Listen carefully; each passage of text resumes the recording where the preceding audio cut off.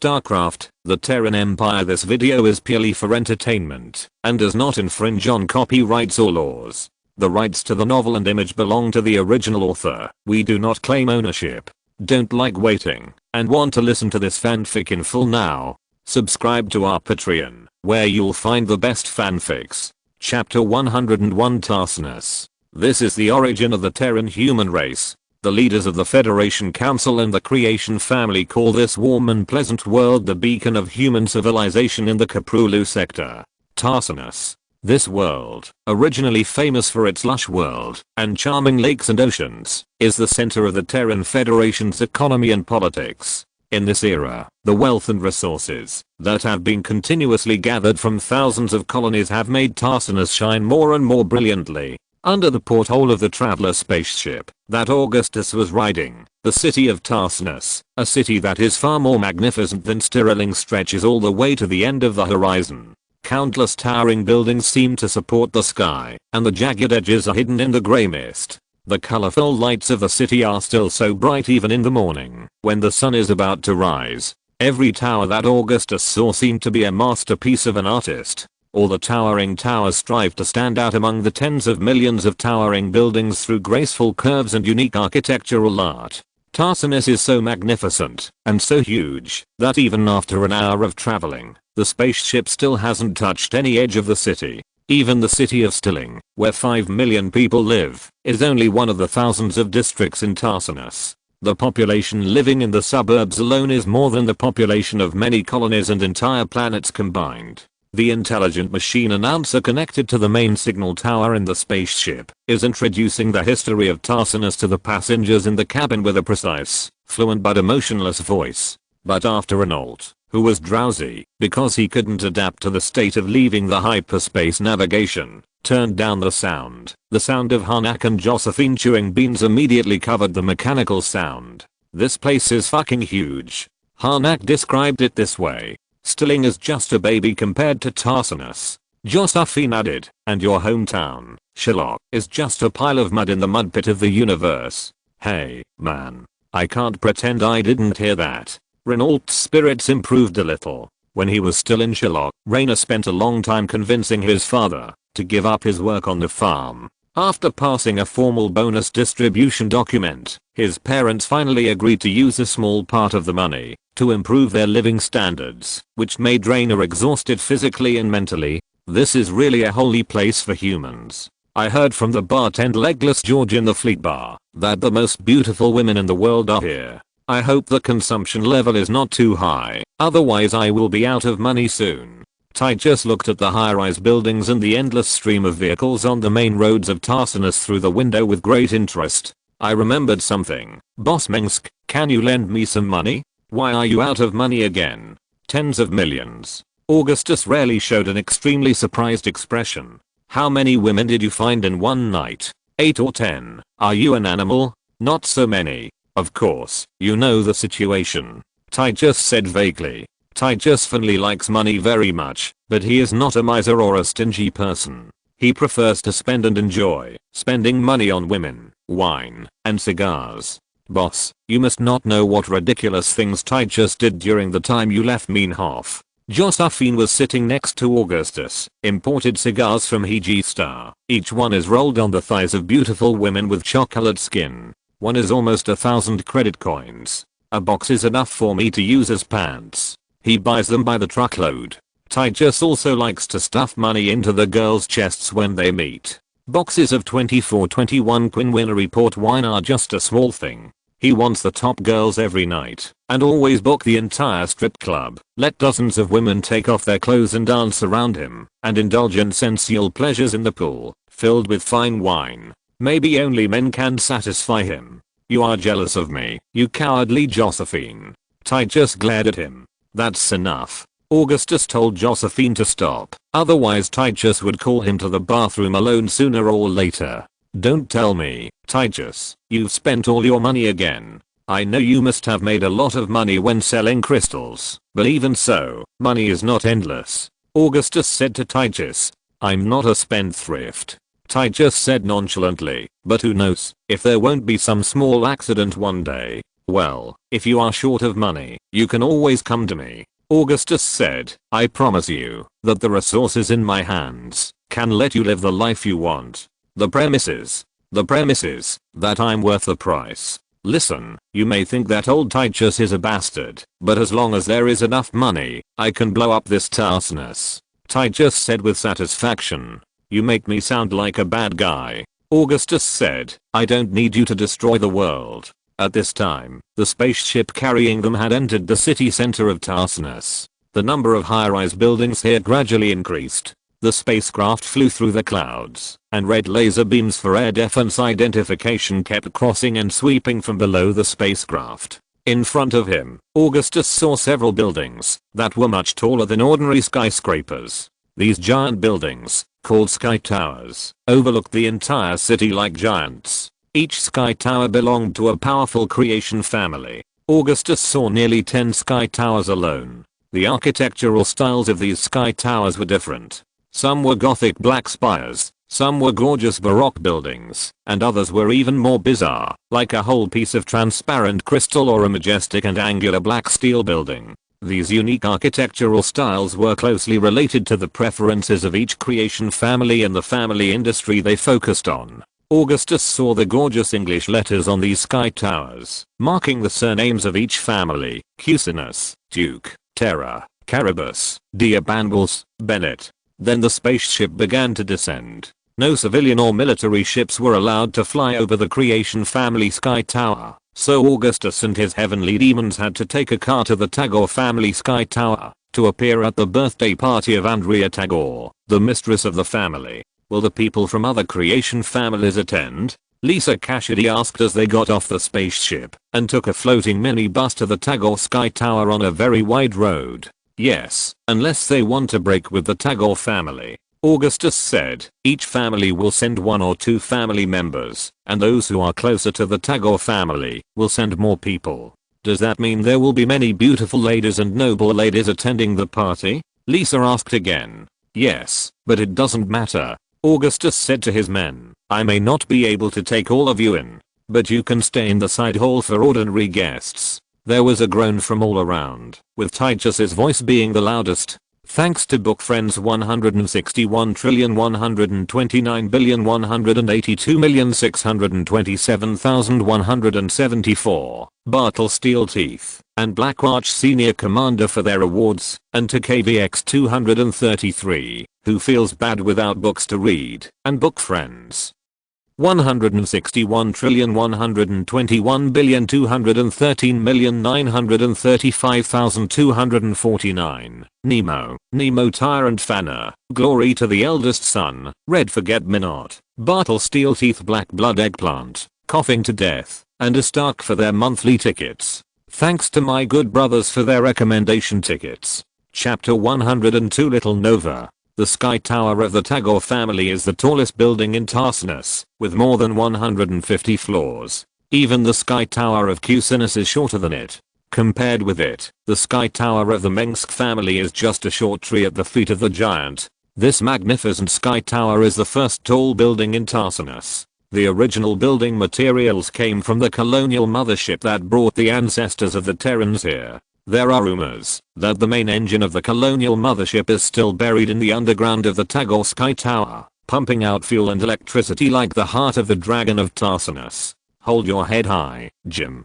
Don't think of yourself as an ignorant countryman. Be confident. Augustus was standing in front of the bronze door of the Tagore Sky Tower and said to Jim Raynor, who was about to follow him into the red carpeted Tagore Bird Hall. There were about 20 private guards, armed marines and registration personnel in formal wear at the door. No, I'm very confident. Renault repeatedly adjusted the position of his expensive white silk tie, but he still felt that the rented tuxedo was a little small. No matter what others said, in Renault's eyes, he looked like a fat penguin. Because Augustus was suddenly told that he could only bring one officer of the heavenly demon to the banquet, Renault, who had the rank of corporal, became the lucky one. But this damn dress is really strangling me to death, Renault complained. Augustus and Renault were supposed to wear military uniforms with medals hanging on their chests and ribbons today, but the steward of the Tagore family told them that the hostess of the family did not want to see a group of soldiers at her birthday party, so they had to dress like a noble to be seated. Not only Augustus' heavenly demon, but many noble officers and generals who shined in the Battle of Kalian will also be invited. Their pictures with members of the Creation family will appear in major newspapers and IAA holographic projection screens on the same day. Perhaps, Augustus guessed that this picture would be modified later, such as changing them into military uniforms through some simple technical means. Why don't you let the tailor make some modifications? Augustus laughed and walked forward. What, you really want to see my belly button exposed? Renault followed Augustus indignantly. Augustus handed over a gorgeously decorated invitation letter and walked into the magnificent hall after passing a series of safety inspections including retinal scanning. In order to highlight the status of the nobility and distinguish themselves from those upstarts, the Tagore family still follows the court etiquette of the French court from the 17th to 19th centuries on medieval Earth and the red tape that Renault thought was unreasonable. The Tagore Sky Tower is as magnificent as a palace, with walls and pillars inlaid with gold, stone and jade, hanging huge oil paintings and crystal chandeliers, and white corridors leading to more halls and rooms.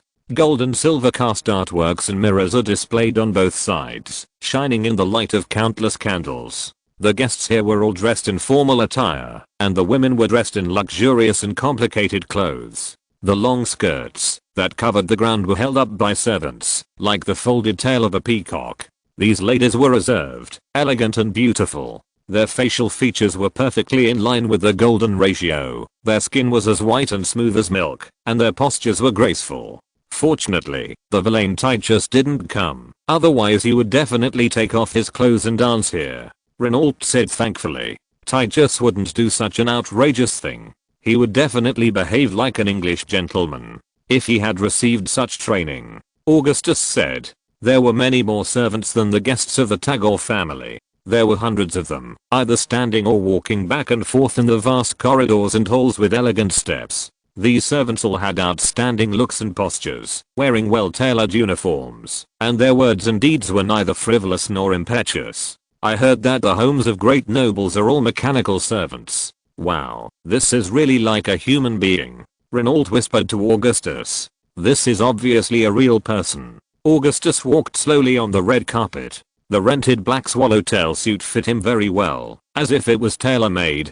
The most prominent and oldest founding families all employ servants instead of machines. Only the new nobles who made their fortunes through marginal trade and speculation will use cheap mechanical servants, because they can't find competent butlers and servants. Augustus smiled at a noble girl who was looking at him, and the other party immediately blushed. The main banquet hall is on the top floor. Let's take the magnetic elevator. The girl smiled at me. Renault also smiled. Maybe you should talk to her more. Augustus pulled Renault so that he wouldn't jump up on the spot. They spoke in a low voice, looking like they were admiring, rather than pointing at the crowd. My mother told me that men who flirt with other women are shit. Raynor shook his head imperceptibly. Just like you. Augustus turned around a corridor and walked to the elevator door. There were only a few people waiting here, because only the Creation family and the nobles who had business dealings and marriage relations with the Tagore family could go to the top floor.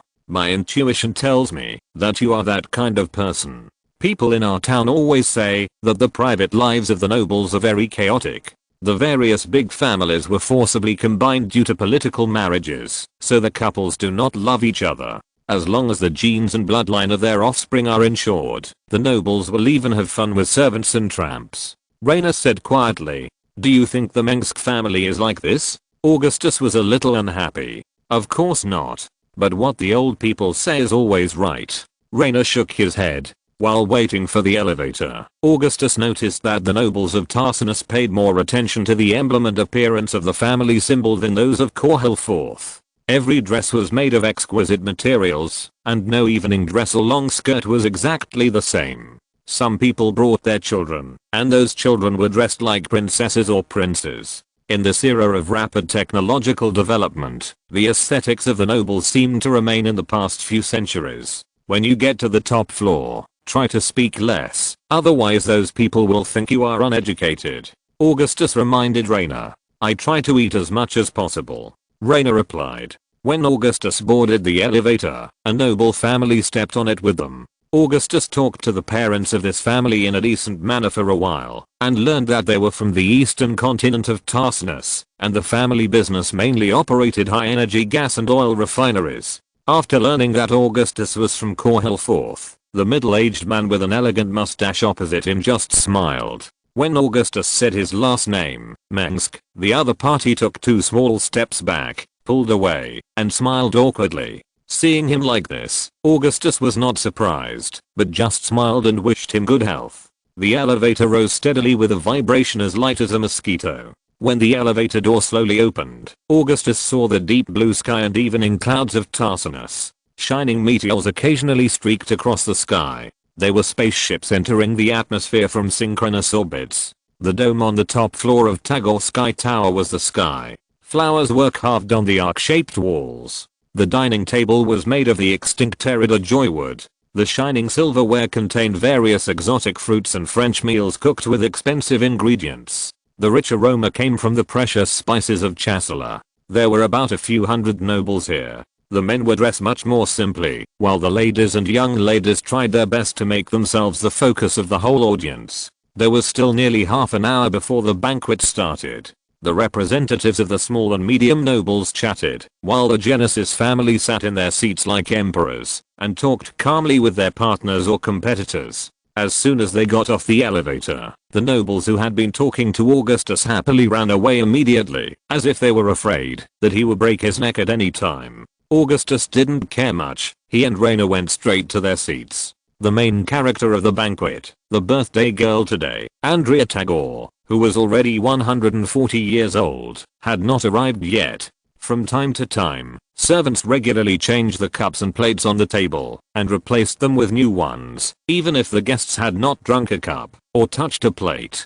Raynor felt angry, but he restrained himself well. If it was Harnack, he would have grabbed a noble by the tie and asked why the people of Shiloh were still starving while you were enjoying yourself here. While Augustus was waiting for the main character of the banquet to arrive, several young girls gathered in the seats of the creation family suddenly whispered, and the boys cast hostile and jealous eyes. Augustus Mengsk, before he was 19 years old, was already famous in half of the Terran Federation. He was promoted as a hero, the most outstanding one among the descendants of the creation family this generation.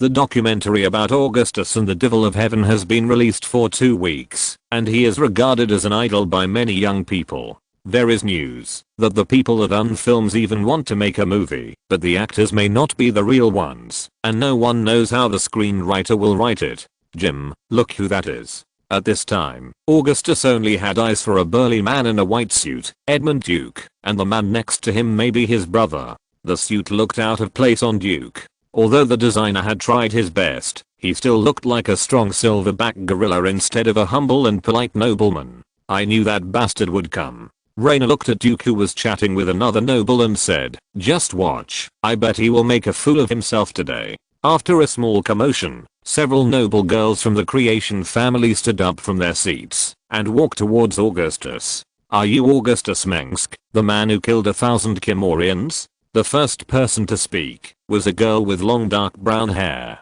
Like many girls here, her hair was tied up high instead of being scattered casually. "I'm Augustus Mengsk, but I haven't killed that many people." Augustus stood up and said, "Really?" The noble girl looked no more than 17 or 18 years old, wearing a low-cut dark blue evening dress with bare shoulders and back. Her perky hips and breasts were quite eye-catching against the dress. "Then what about the story of you capturing a company of Kel-morian labor auxiliary troops alone, killing the enemy commander with a long-range shot of 2,000 yards, and descending from the sky with the Devil of Heaven to save thousands of people? We usually call this artistic modification and polishing," Augustus said with a smile. "You should be the eldest daughter of the Terra family, Miss Clara Annabella Terra. I have heard of your beauty for a long time." "You?"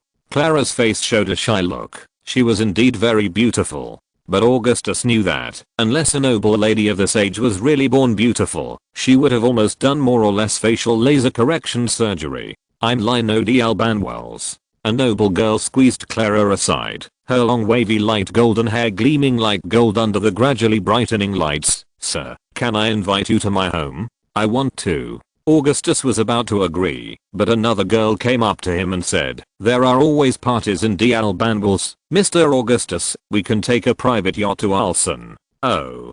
Damn. Why did I come to this place? Renault took a stack of sliced pine to strawberries from the plate and chewed them hard. Renault found that Augustus' handsome appearance and the cold temperament of a soldier had a fatal attraction for girls of this age. However, Augustus was always able to please others naturally, while Renault seemed much more unfamiliar in this regard. Many officers who came to the banquet came from small noble families, or were not handsome and older. Only Augustus was young and charming. More noble ladies gathered around Augustus. He was overwhelmed by the young girls with bright eyes and white teeth and musky perfume. He had accepted many invitations without realizing it. When a young nobleman who couldn't hold back stood up and wanted to walk towards Augustus, he realized that being too popular was not a good thing. When he looked at Renault, the malicious devil of heaven gave him a thumbs up, but it didn't look like encouragement. Just like Lisa Cassidy said to Augustus, the devils of heaven seemed to hope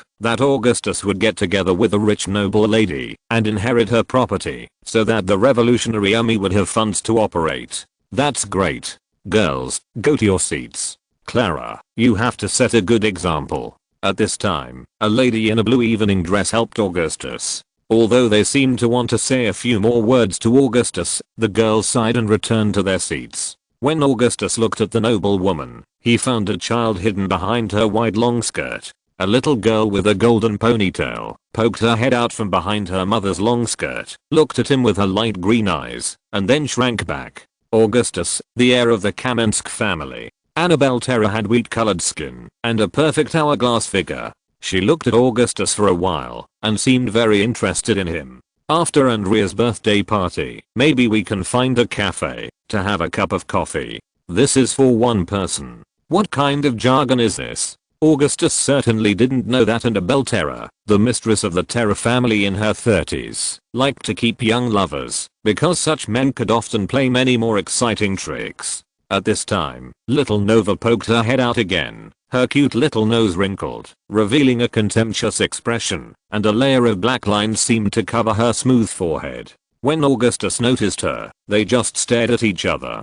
Beep. Thanks to Matadike, Lin Zankong, Xi Jinping, Expressions of Four Seasons, Xi Jinping, LLT, Book Friend 201711201923342009, and Fruit Collection for their monthly tickets. Chapter 103 Andrea Tagore. Chapter 103 Andrea Tagore. Mrs. Annabella Terra gave Augustus a teasing look and walked towards her eldest daughter with an elegant pace, while her younger daughter Nova, who was less than 5 years old, followed closely holding her mother's hand, looking at Augustus from time to time. Compared with children of the same age, Nova Terra behaved very calmly and well behaved. Except for Terra's family, no one knew that Nova had a potential psychic talent. She could always hear the voices of other people, such as some of her mother and sister's unbearable sexual fantasies about Augustus just now. In fact, even Annabella knew very little about her daughter's psychic talent. She only knew that Nova could read some superficial thoughts in human minds. Influenced by the psychic talent, Nova understood many things at a very young age, and was much more mature than children of the same age. But perhaps what happened today is not such a good memory for Nova. Augustus silently memorized the last names of the girls, boys, and ladies from the creation families who had invited him before, and then returned to his seat. During the 2 weeks in Tarsus, he would take time to visit each of them one by one to find out their attitudes towards Korhal IV and Mengsk. After sitting with Raynor for a while, Augustus quietly tasted the red wine on the table, waiting for the arrival of the protagonist of the birthday party, Mrs. Andrea Tagore. But Andrea arrived a full 5 minutes late. She sat in a wheelchair suspended in the air and walked towards the guests from the luxurious corridor, accompanied by several members of the Tagore family. Andrea's grey-white long hair was very thick, and Augustus could even find some blue hair in it. Her once beautiful face was now full of deep wrinkles, but her blue eyes seemed to still shine with a certain light, and she was in good spirits. Haha. Children, I'm glad you're here. Andrea Tagor's floating wheelchair accelerated and passed by the guests quickly. The Tagor family members behind could only trot to keep up. This funny scene made some children laugh. Everyone present was a child in front of Andrea, who was already 140 years old, so she was the only one who had the right to say such words. Many of the creation families had close or distant kinship with the Tagor family. When the leaders of these families were still ignorant, Andrea Tagor was overlooking the entire Tarsinus from the Tagor Sky Tower, standing on the head of the giant dragon of the Terran Federation. "Soren, you should have a hair transplant," Andrea said when she passed the leader of the Skeld family. "Oh, little Annabella, dear, you are as beautiful as your mother." Every time she met a familiar member of the creation family, she would either greet or ridicule them. "Ero, has the kid Jacko not been found yet? He has brought shame to the Bennett family, or was it those damned rebels who took him away? You are his father, why are you so indifferent to this?" He flew to the Bennett family leader in a hover wheelchair. "We tried our best, offering a reward, hiring detectives, search and rescue teams, and even the Marines, but we still found nothing. The final evidence points to the same conclusion. He ran away on his own." Ero Bennett's voice was flat. He was simply defending himself, as if a cat or dog was lost at home. "I spent a lot of money and energy on this, and finally had to give up. I think that, since he doesn't want to live as a member of the Bennett family, and his mother and sister shed so many tears in vain, then I can't do anything," he said coldly. "Jacko is already an adult, and he should be responsible for his stupidity. Terra's talent in finance and corporate management is obvious to all of us, and she doesn't need a replacement. But Terra's marriage will be a headache for you," Andrea said to Ero, before going to her seat. "If you ask me, you should execute those guards who neglect their duties and useless servants, otherwise your prestige will decline, and people who are only worthy of being servants will one day ride on your head, and the ancient order will be trampled," she said ruthlessly, and her voice spread throughout the banquet hall with the help of the loudspeaker. "The noble people are born to enjoy such rights. This is our innate privilege. You must always remind those humble people, otherwise they will forget the humbleness of their ancestors, forget the role they should play in this world, and forget that they should tremble and crawl at the feet of the creation family. Just like more than 100 years ago. Now, the Antigons have forgotten their duties, and Korhal IV has become even worse. Are we too tolerant? What is this old witch talking about?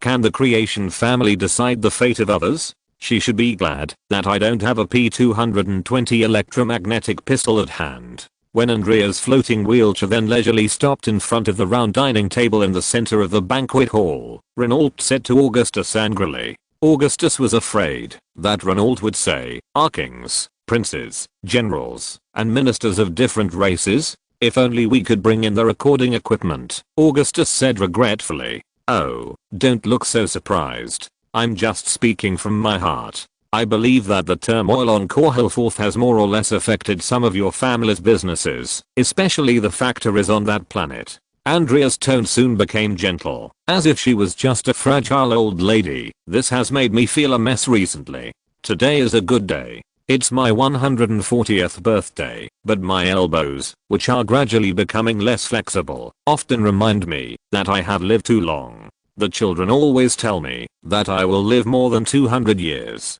I don't want to put my immobile body into a coffin, filled with nutrient solution one day, relying on cutting-edge technology to survive. Every birthday, that damn smart butler will tell me on time that death is getting closer. This makes me very uncomfortable," she said. "I don't know what this great federation belonging to the creation family will become after I die. I hope that by then the rebel leaders of Antigua and Korhal will have been hanged. I don't like celebrating birthdays, but I still invite you to this banquet, because the various creation families may not have gathered together for 10 years, except at the meetings of the federal parliament. I just hope you understand that creation families should stand together, and the nobles should hold power tightly. We must guard the glory and authority of the creation families with swords, and only order will last forever. If anyone dares to defile it, let the defiler melt in flames." There were no news media or run producers here, so Augustus believed that Andrea was talking to him, and it was a warning.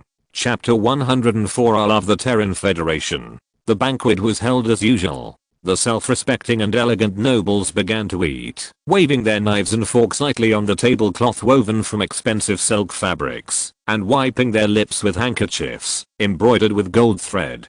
Beside Augustus, Jim Raynor was using his knife and fork to deal with a perfectly fried steak, stabbing and cutting it fiercely, as if he was holding a sword, as if he was fighting with an enemy that did not actually exist. Raynor was very angry now. Augustus felt that Raynor must have been greatly stimulated. The farmer's son's thoughts were changing, and he became more disgusted with the ruler of Tartarus than before. Not far from them, Edmund Duke did not seem to notice Augustus and Raynor, who were also invited as noble officers, but clinked glasses with several officers next to him, all of whom wore shining medals. This boring banquet did not last long. Most of the nobles had no appetite, but Edmund and his friends were in high spirits. They did not abide by any etiquette, but enjoyed the food and on like soldiers. Around 10 o'clock in the evening, even the most heavy drinkers put down their glasses and left their seats. The servants then moved the tables and chairs away. Music sounded from the jewel-encrusted gramophone, and the ladies and young ladies danced with their partners.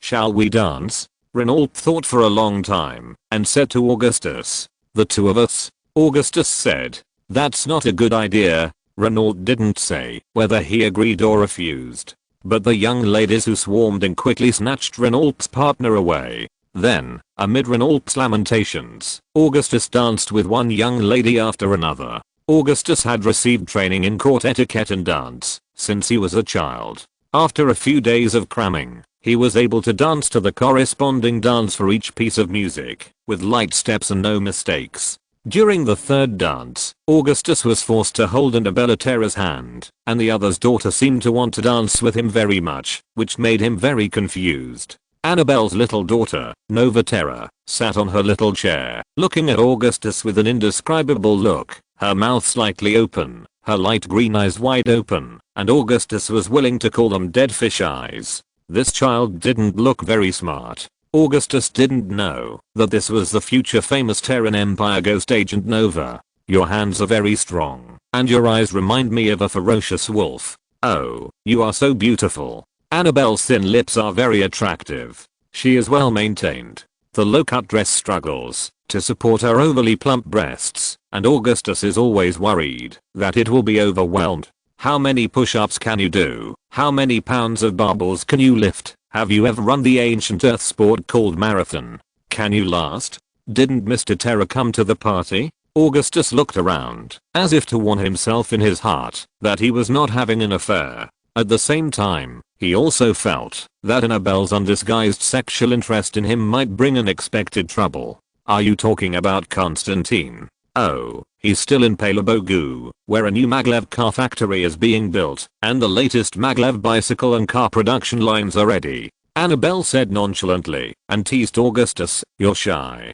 Don't worry, although Constantine and I are married, we still have our own opinions." Annabelle said, "This is a political marriage, and we don't have any feelings for each other. As long as it's not too out of line, Constantine will forgive you, madam." This was the first time Augustus ran into such a situation, and he admitted that he had no experience in this. Augustus could talk to girls who were not much different in age, but he was not good at dealing with women who were 2 or 3 times his age. "My daughter likes you too." Annabelle complained that Augustus's hands were not in the right position while dancing with him. "You can put the hands on your waist down a little." Augustus didn't want to complain, so he wisely chose to shut up and didn't stupidly ask which daughter it was. "This is too weird. You are from the Korhal Mengsk family. Many people think you should be the heir of Augustus Mengsk, the rising star of Korhal politics, and the future owner of a business empire spanning several planets."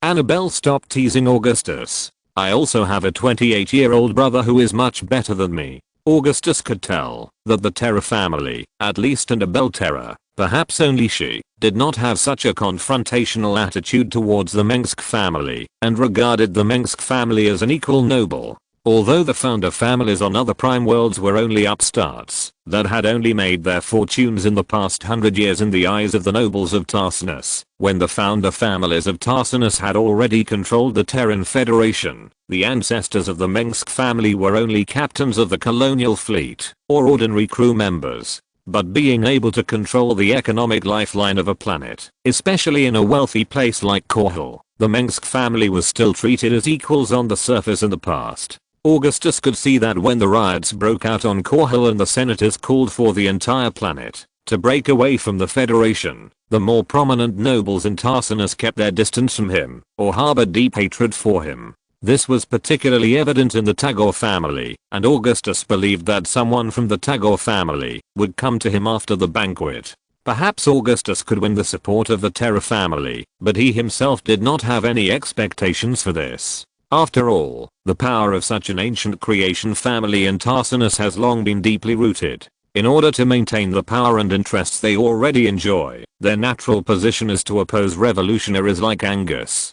But Augustus hopes that the Terra family can remain neutral, at least on the issue of using an apocalypse-class nuclear bomb to destroy Korhal. The Korhal people haven't seen your brother for 8 years, Annabella said to Augustus. He disappeared after retiring from the army, and no one can find him. Yes, I don't know where he is either. Augustus knew that this Korhal people could be roughly understood as federal agents who were carrying out missions in Korhal, and everyone probably meant all the agents. Annabella was silent for a while.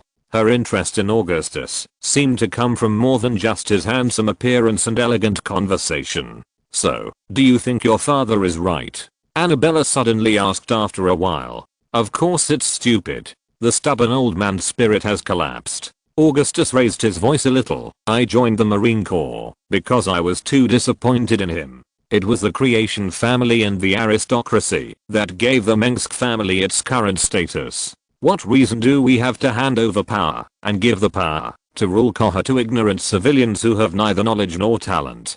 Please believe me, Augustus Mengsk, I love the Terran Federation more than myself. Chapter 105, Filial Son. The dance music was slow and melodious, and the nobles in evening gowns were immersed in the gentle dance steps and spinning skirts. It was late at night, but the sky was colorful, and the brilliant lights of Tarsinus city were on all night. Every few minutes, a beautiful meteor shower would fall from the sky, which was the scene when the merchant ships and engineering ships returning to Tarsinus from the interstellar space passed through the atmosphere. Augustus was in good physical condition and danced with almost all the women who invited him. Annabella, the hostess of the Terra family, also invited him to stay overnight in the Terra Sky Tower. The women didn't care whether he was a descendant of the Mengsk family. They just liked young and handsome officers, and no one cared about people like Edmund Duke. The heroine of the banquet, Andrea Tagore, didn't seem to pay much attention to the officers she invited, but focused on the Antigon yak beef that was smoked just right in front of her. Her hard ceramic dentures and auxiliary chewing device could help her chew the tough meat cleanly. When Augustus finally had time to stop and sit back next to Raynor, who was already full, the men from the various creation families began to gather around again. The representatives of the creation families already knew Augustus's identity. Even if they didn't have time to learn about his background in detail, the group's leaders and assistants would explain it to them. Most of them avoided Augustus and the Mengsk family behind him, or were indifferent to them. The first person was Viscount Cornelius Brubaker of the Brubaker family, a family of arms dealers with a long reputation, mainly known to officers and soldiers in the army during the Battle of Kalian. The electromagnetic rifles used by the Marines were designed and produced by a subsidiary of the Brubaker group. They were also designing railguns of different calibers and ship-to-ship weapon upgrade technology. The war destroyed many colonies and killed millions of people, but the wealth of arms dealers like the Brubaker family expanded rapidly in a very short period of time, and their status and reputation rose with it. However, human desires will never be satisfied. The war between the Kel-morian Union and the Terran Federation is about to end, but the factor is if the arms dealers are still running at full capacity. The savvy arms dealers have keenly captured the signal that the next war is coming, just like sharks chasing blood and smelling the smell of blood. Cornelius, who has a small mustache, is very friendly and amiable. Young Augustus, I'm Cornelius Brubaker, the patriarch of the Brubaker family. More than a decade ago, I met your father Angus, who is a brave and upright man. Some people insist that Angus should be held responsible for the riots in Korhal IV. But I don't think so. The Korhal people have their own thoughts and the right to pursue a better life and freedom. Every citizen of the Federation should be treated in accordance with human rights. Cornelius said. Do you really think so, Mr. Brubaker? Augustus seemed surprised. To be honest, under the influence of my stupid hopeless father, whose thinking has been confused by mental illness, Korhal IV is in chaos. People have nothing to do all day long. They only know how to party, march, smash shops, and rob goods that do not belong to them. The order in Korhal is becoming more and more chaotic. The economy is on the verge of collapse, and a wave of unemployment has arrived. Oh, this is terrible. Cornelius took out a silk handkerchief and wiped away the non-existent tears and said sympathetically, the federal parliament should give the unemployed Korhal people the necessary unemployment benefits. This is so sad. I don't know how many people will starve to death. May God bless Korhal. As he said, Mr. Cornelius made a prayer gesture. Do you think so too? Then I hope you can give my people some support. They are hungry and lack food. Our industry has stopped operating due to worker strikes and attacks by the federal rebels. Local companies have laid off a large number of employees due to a sharp drop in profits. The problem of overcapacity in food production has been exposed. The number of people starving to death in the slums accounts for 1/3 of the total population of the city. Really? The federal parliament has not done a good enough job. Those slacking off members should apologize for this. No, they should resign immediately. Although Cornelius said this, his face showed an expression that said, I don't read enough newspapers, so don't lie to me. I really don't know what the people there will do after the war between Korhal and the Federation breaks out. He sighed and said, why is there a war? Augustus was shocked. He seemed to be frightened by Cornelius' words. Sir, do you want my hometown to be a river of blood? My God, that's really an evil idea.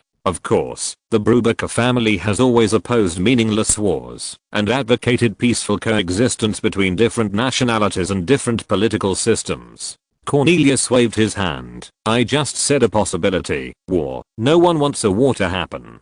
The Brubaker family supports the Ka people's demand for further autonomy and to make Ka a neutral trading planet. If you need me to prove it, the Brubaker mining group will hold a press conference today to support the Ka people's legitimate pursuit of rights and freedoms. Then you should go find my father. He hasn't been very busy recently. I'm going to send him to a mental hospital. Augustus sighed and said, the Ka people don't believe that the senator who spoke eloquently on the podium is a lunatic. I think he's in good spirits. Cornelius frowned, and then he seemed to have lost interest in continuing to talk to Augustus. Sorry young man from the Augustus family, I have to leave for a while. I hope we can have a chance to meet again in the future. Augustus stopped complaining about his stupid father. There will be a chance. Cornelius put on his bowler hat and left in a hurry. After Cornelius left, a member of the Tagore family walked towards Augustus. When looking in that direction, Augustus happened to see Nova Terra, who was in a dead fisheye state, and her sister with a shy smile. Augustus Mengsk, Madam hopes to take a photo with you. Unexpectedly, this member of the Tagore family did not say much to Augustus, nor did he try and coerce as expected. At this time, Andrea Tagore was taking photos with many officers including the Duke family, and inviting Augustus seemed to be just a normal procedure. Augustus walked to the reserved shooting location and stood with the oldest and most powerful lady of the Tagore family in the midst of flowers. They stood very close, as if Andrea was not afraid of the son of this famous nationalist agitator. You have a good father, child. Before the shooting, Andrea said to Augustus, he taught you the loyalty and bravery of the Mengsk family. You are worthy of the name you have. Anderson from the UN said that it is appropriate to praise you with all the compliments of human beings. As a Federation warrior, you deserve all the praise. Thank you, Mrs. Tagore. Augustus said. You are excellent, Augustus. I heard that Augustus Mengsk is old and confused, and Korhal is in chaos under his rule. Andrea sighed. The creation family has always chosen his head, based on his talent, but except for taskness, too many planets have forgotten the tradition. You are right, this is exactly what I think.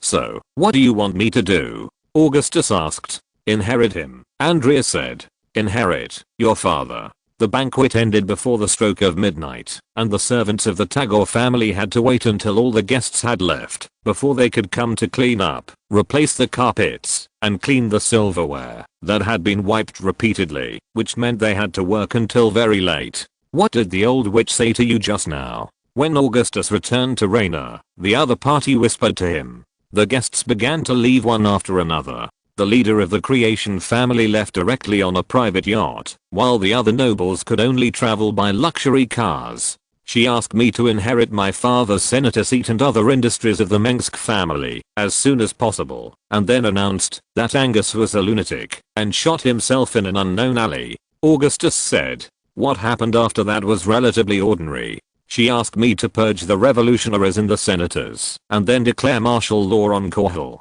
The Federation will mobilize the Marines to replace Korhal's planetary defense force and take over the entire planet. What will happen next is also predictable. Korhal IV will be completely controlled by the Federation. The many policies aimed at protecting local businesses that Angus has forced the Senate to pass through his political skills and influence over the years will become empty words. Politicians have plenty of ways to cut off the backbone of a colony's industry and economy. I've never heard that the Senate can be inherited, and does she think you're a fool? As long as the Marines are stationed in Korhal, you will become their puppet." Raynor said, "They will send agents to monitor you, and Korhal will never be able to turn over." "How did you answer?" "I said this: I will offer my father's head before May of next year." Augustus spread his hands and said, "As long as I can lead my people out of the predicament and avoid a war, for the sake of justice, I will not hesitate even to sacrifice my father. I must say this decisively and resolutely, without hesitation. I like this about you." Raynor confirmed again, "You are not really going to do this, are you?" "Even if I really did that, as long as the Federation can produce evidence of my patricide, then I will be ruined in Korhal, and the reputation of the Mengsk family will plummet. I don't want to give the choice of fate to others. Most of the time, I like to take the initiative," Augustus said to Raynor. At this time, Annabella Terra came to Augustus with her two daughters. "Nova, this is Uncle Augustus." "Hello, Uncle Augustus." Nova Terra's voice was soft and sweet, and she looked well behaved and cute. This was a lovely little girl. She inherited her father's golden hair, beautiful light green eyes and beautiful facial features of the Terra family. When she was extremely stunned, or in a state of contemplation, she would show the characteristics of dead fish eyes, which was exactly the same as her father. "Is this your youngest daughter?" Augustus briefly had the image of a cold imperial ghost female agent in his mind, but he found it difficult to associate that image with the little girl in front of him. "Her name is November, and we all call her Nova," Annabelle said. "November, and my name is August." Augustus leaned over and said to Nova, "Oh." Nova looked at him with wide eyes. "Well, it's almost time for us to go back." Renault looked at the watch and said, "It's almost dawn now. Madam Terra, see you tomorrow." Augustus said and wanted to touch little Nova's forehead, but was quickly avoided. "Goodbye, Uncle," Nova said. "Dear Augustus, you can come to Terra Sky Tower to find me tomorrow." Clara took one of Augustus' arms. "Do you know? You are different from any noble in Tarsinus." Nova's little hand suddenly slapped her forehead.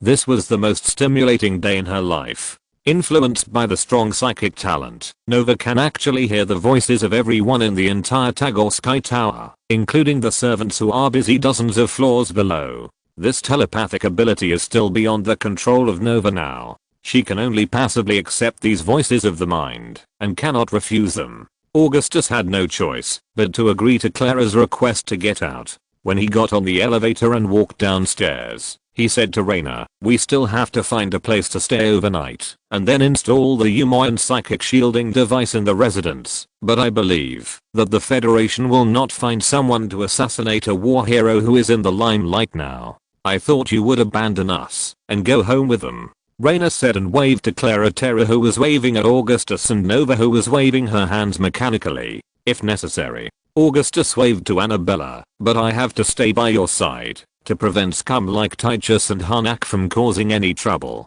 I think you are afraid." Raynor seemed very proud in some inexplicable ways. "I admit it." Augustus' words made Raynor speechless. "This overly explicit enthusiasm scares me. After all, I'm just a child," he said. "I've asked Runstein to take the others to the hotel, controlled by the Mengsk family, to stay temporarily. We'll go there to find them. Half an hour later, Augustus found Lisa and others who had been waiting for a long time at the agreed traveler hotel in the central city of Tarsinus. Everyone was sitting on the sofa in the hotel lobby waiting for their leader to return, except Titus Finley. Where is he? Runstein, I'll leave this class to you. The tracker I installed on Titus shows that he is now somewhere in the slums. Runstein said. He broke out and had a fight with Harnack. Don't worry about Titus. He will come back on his own after a while, Augustus said after a moment of silence. Thanks to Hansk's floating boat, starring 1, Electric Maniac, Keesingping, Linksio Cloud Bridge, B, and Z, Misaka Row, Lazy Reader, Everything for Girls, Leisurely Xiaomi D, Kixingshi, Black Blood Eggplant, Silly Little, Singing Stars, King Yining, Black Car Driver Pikachu, A708020, Umbawaha Clam, Ran Agent, I Can Still Give. Immortalking, Blank, Fruit Collection, and Bangjiang for their monthly tickets. Chapter 106 Terra Family. The next day, Augustus, who had rested overnight at the Traveler Hotel, prepared to take the Heavenly Devils to the Terra Family Sky Tower at the invitation of Clara Terra. According to the itinerary Augustus had already planned, he would visit the creation families that had not shown obvious hostility towards the Mengsk family within a week. Titus Finley, who had lost contact, contacted Augustus last night, and after a stiff apology, Augustus heard the noisy music and screams of women in the strip club with a black line on his head. At least 2 different women were panting, and the unbearable sound made him blush for Titus. Augustus, I heard from Raynor that the mistress of the Terra family had bad intentions towards you. When entering the huge bronze arch of the Terra Sky Tower, Lisa Cassidy looked at the Terra family guards holding electromagnetic rifles and electric shotguns at the door. Mrs. Annabella is an elegant and reserved lady, Augustus explained to Lisa. He didn't understand why he had to explain to Lisa, and he didn't even think about this question carefully. How could she do such a disgraceful thing? But I haven't said what it was yet. Lisa smiled meaningfully. She was wearing a white bohemian long skirt and a close-fitting sleeveless silk top.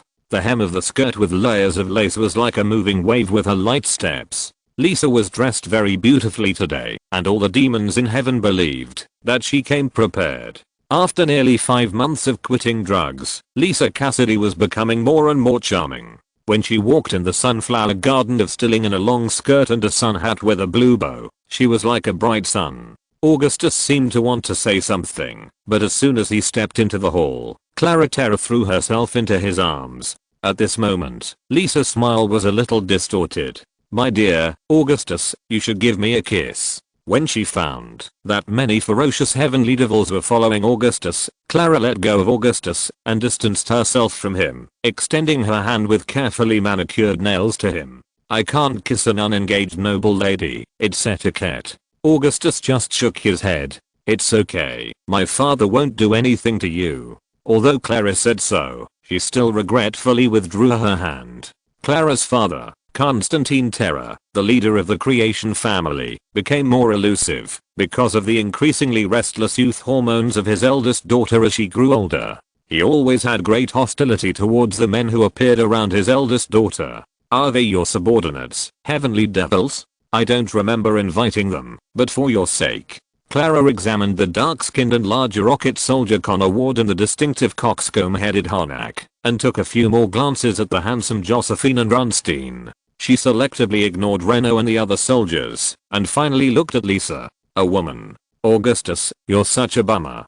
Clara shook her dark brown hair that fell on her shoulders, snorted, and walked away with a pursed mouth. Lisa raised her chin slightly and got closer to Augustus, as if she was a winner. You shouldn't have brought us here, Augustus. This is a lady's invitation. This will make me feel a little safer. Maybe Annabella wants to eat me up in one bite. Augustus followed Clara into the lobby of the ground floor of the Terra Sky Tower without caring, and Clara ran very fast because of her anger and disappeared in a moment. But we are not here to see Clara and her mother. I'm here to find her husband Constantine, who is the actual controller of the Terra family. So Augustus could only ask the passing servants for directions, and then walked through the magnificent hall and the interconnected corridors into the elevator leading to the top floor. During this period, there was no guard following closely, and they monitored Augustus and others' every move through more sophisticated cameras. The Terra Sky Tower, with more than 100 floors, is a giant building in Tarsinus City, second only to the Tagore family in height. Augustus is no stranger to this. In Tarsinus, all the sky towers owned by the Creation family are not shorter than the Mengsk Sky Tower. In the city of Tarsinus, which is full of tall buildings, all the Creation families strive to build the tallest, most magnificent and most eye-catching sky tower, to demonstrate their family's unparalleled power. Only the tallest sky tower can have the best view, overlooking the entire Tarsinus city.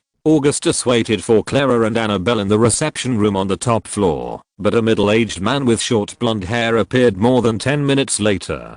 He was wearing a black suit and a blue tie, with a capable workplace image. "I'm sorry to interrupt your tryst. Oh, it seems you brought a lot of friends to help you out." The person who came was the leader of the Terra family, Constantine Terra, who had just returned from the construction of a new factory in Pirabogu. "I didn't want to get involved in this matter, but I heard that you are pursuing my daughter Clara. You are so humorous, Mr. Terra." Augustus, who was sitting on the French sofa, smiled and said to Constantine. Constantine slowly sat down on the sofa opposite Augustus and glanced at the several heavenly devils behind Augustus. "Annabella said you wanted to find me, little child of the Mengsk family. Why don't you go back to your Korhal earlier? Aren't you afraid that this will be known by the agents in Tarsinus? I think there is only one possibility. You want to pursue my daughter Clara. Well, you are very good." Constantine looked at Augustus with interest. "But it's not enough. I will test you until you fail and choose to give up." "No, I don't want to pursue your daughter," Augustus said. "Then your target is Annabella." Constantine seemed very happy. "Our marriage is a tragic political marriage. We don't love each other and even hate each other. I'm always exhausted when I'm with her. All my children come from artificial sperm implantation. I also have my own mistress. It's no secret. I only hope that you can satisfy Annabella, because her sexual desire is unusually strong." Constantine put one leg on the other. "In fact, there is another thing I want to discuss with you," Augustus said. "The Mengsk family wants to cooperate with the Terra family in some scientific and technological aspects. My father hopes that the Terra family can build some new factories in Korhal IV, and the Terra group will enjoy a number of preferential policies." This sounds really tempting, but the Senate of Korhal has been restricting the large-scale entry of Tarsinus companies to protect local companies. At this time, what does Angus want to do? The Terra family is a giant in the field of intelligent robots, and has monopolized all the affiliated industries of robot research and development, manufacturing and maintenance. Only the robots of Kel-morian can surpass the Terra family. At the same time, the Terra Group also monopolized the virtual image industry, and was a setter of product grades and quality inspection standards for all virtual image projectors. Recently, the Terra Group is entering the hover car and hover bicycle industry, but in this industry, the Terra Group has a powerful rival in Tarsinus, another Creation family, that has monopolized the hover car industry for nearly 100 years. Cooperation with the Mengsk family will help the Terra Group develop more advanced and comfortable hover cars to seize market share, and opening up new markets in Korhal will bring unimaginable profits. But everyone knows that Korhal is in chaos, and investing in Korhal now is either crazy or mentally ill. Angus has never contacted me. Why did he ask you to talk about this? Are you really the heir of the Mengsk family? Constantine said. I know that riots are breaking out in Korhal. If the workers there go on strike for one day, I will suffer losses, and they are more likely to demolish my factory. He sat up straight and stared into Augustus' cold grey eyes. For my part, I don't like your father's remarks, but the riots in Kar have nothing to do with me. I don't want another war to happen, because the assets of the Terra Group have been shrinking during the Union War. It all depends on your choice. Augustus said, my father needs to negotiate with you further, Mr. Terra. If he can guarantee that the rioters and the rebels will not destroy the Terra family's factory, I can consider it. Constantine smiled again. But is it possible? You can contact my father to discuss deeper cooperation matters. Augustus' words stunned Constantine, and his eyes widened in surprise, looked like dead fish eyes. A closer cooperative relationship. Boss, I think Constantine Terra's daughter is really interested in you. You should take her down immediately, and then we will look for the next one. On the way out of the Terra Sky Tower, to find a rental hovercraft, Josephine approached Augustus mysteriously and said, I have inquired, the daughters of the Tagore family, the Bennett family, and the Holt family are all. He said in a low voice. When all the noble ladies and ladies are under your whip, Korhal IV will be safe. Augustus didn't know what to say for a moment. I seem to hear you talking about the Bennett family. When Josephine was excitedly introducing her plan to Augustus, Rick Kidd, the Heavens Devil sniper, stabbed Josephine in the back with a pen he carried with him. The latter raised his hands after a start. Rick's psychic talent was not enough to enable him to gain telepathic ability. Psychics above level 7 can use mental power to move objects or use it as a means of attack, but his vision and hearing are much sharper than ordinary people. At this time, Josephine remembered that Rick Kidd was a descendant of the Tarsinus creation family. He fled the family to join the Federal Marine Corps to escape his overly strict father. His real name was Jacko Bennett, the second child of Errol Bennett, the patriarch of the Bennett family. What do you think of my sister? Rick said to Josephine with the ruthlessness of a sniper. I will strangle you to death and throw you into a burning trash can, and then hire a team of safe intelligent robot coffin bearers to dance on your grave. That's hard to say. It's not me who has feelings for her, it's the boss. Josephine moved the pen in Rick's hand after she realized it and pointed at Augustus next to her. I saw the boss staring at Terra Bennett's photo for a long time. In addition to coveting Terra's beauty, he must also be after your Bennett family's property. The Bennett Group is the owner of the largest shipyard in Tarsinus, controlling shipbuilding, port construction and operation, and all businesses related to interstellar routes. If Carr controls the Bennett family, he will immediately have a fleet. Is this true? Rick looked at Augustus. I do hope to get the support of the Bennett family, but I definitely don't want to unite the Mengsk family and the Bennett family through a political marriage. Augustus denied Josephine's statement. It will take too long, and the Bennett family is unlikely to agree, unless their leader, Allo Bennett, still can't see the situation clearly. Augustus just analyzed the possibility of this statement with a very rational mind. It seems that, if the marriage with Terra is indeed feasible and the benefits are far greater than the risks, then he will do it without hesitation. Rick, you are also one of the heirs of the Bennett family. I hope you can lead this family, and lead them to a bright future. That's impossible. Rick was silent for a while, shook his head and said, my sister is much better than me. Compared to this, it is more likely that you will succeed if you marry my sister. What are you talking about? Lisa, who was gradually speeding up, caught up with them, and Josephine immediately retreated in anger. At this moment, Augustus' personal terminal suddenly began to vibrate. When he opened it, he found that it was from an unknown terminal, the public telephone booth in Tarsinus. Damn it, Mengsk, you have to find someone to save me. The caller was Titus. Where are you? Augustus asked. How many people and guns are there on the other side? Did you not pay? Telephone booth 4, Luther's Cross Alley, slum number 11. Titus said to the phone, I just owe a little money, and they want to dissect me alive and sell my organs. Mengsk, you must come to save me.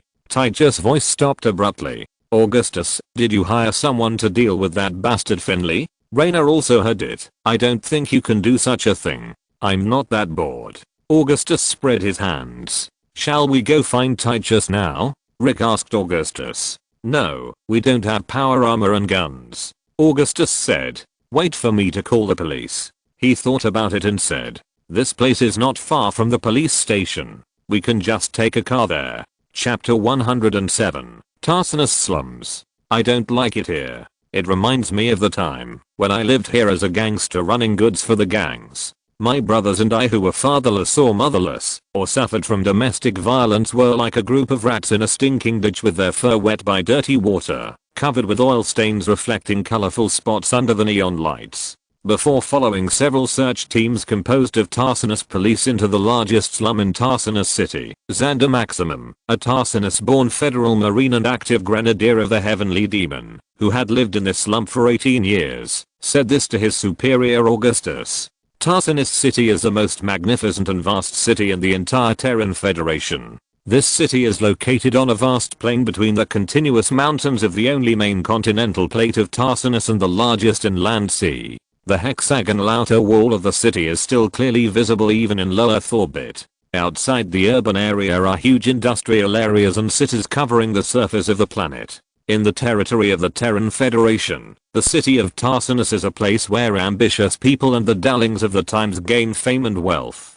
Future politicians, galactic businessmen and technological geniuses can all have a place in this prosperous world. In contrast, the number of people living in its huge slums is even greater than that of immigrants from the Serra galaxy. Augustus has never seen slums before. In stealing, slums are areas that have never been included in the city development plan. The simple urban areas are the product of a series of problems such as rapid urban development and a large gap between the rich and the poor.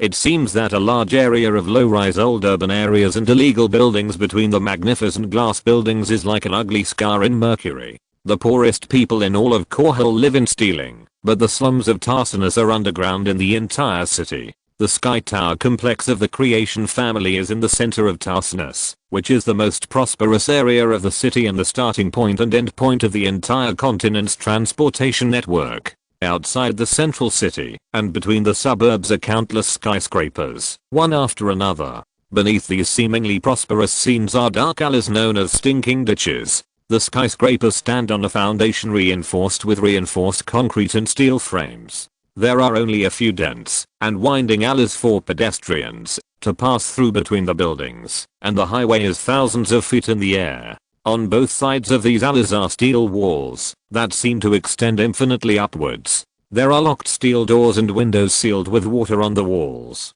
Only the glass windows above the head that are emitting light from the rising mist show that Augustus and the dozens of Tarsinus Police Department (TPF) around him are in the city. It seems that the floors that are invisible to the eyes that reach into the sky block the sunlight that should be shining on the ground, so these alleys at the bottom never see the sun all year round. The rainwater that is not easy to evaporate, the terrible ventilation in the sewers under the alleys, make this place as humid as a tropical rainforest, and the air is filled with the smell of urine and indescribable stench. Rodents and native giant slugs crawl in dark corners, and the sound of the fans of the air conditioning system on the upper floors is mixed with the creaking sound of rusty metal plates shaking. At the end of the alley is another passage that is either narrower or wider, but no matter which direction you go, you can't get out of this maze world under countless high-rise buildings. No one has counted how many alleys there are, but it is certain that there are at least thousands of dark and humid black alleys in Tarsinus City.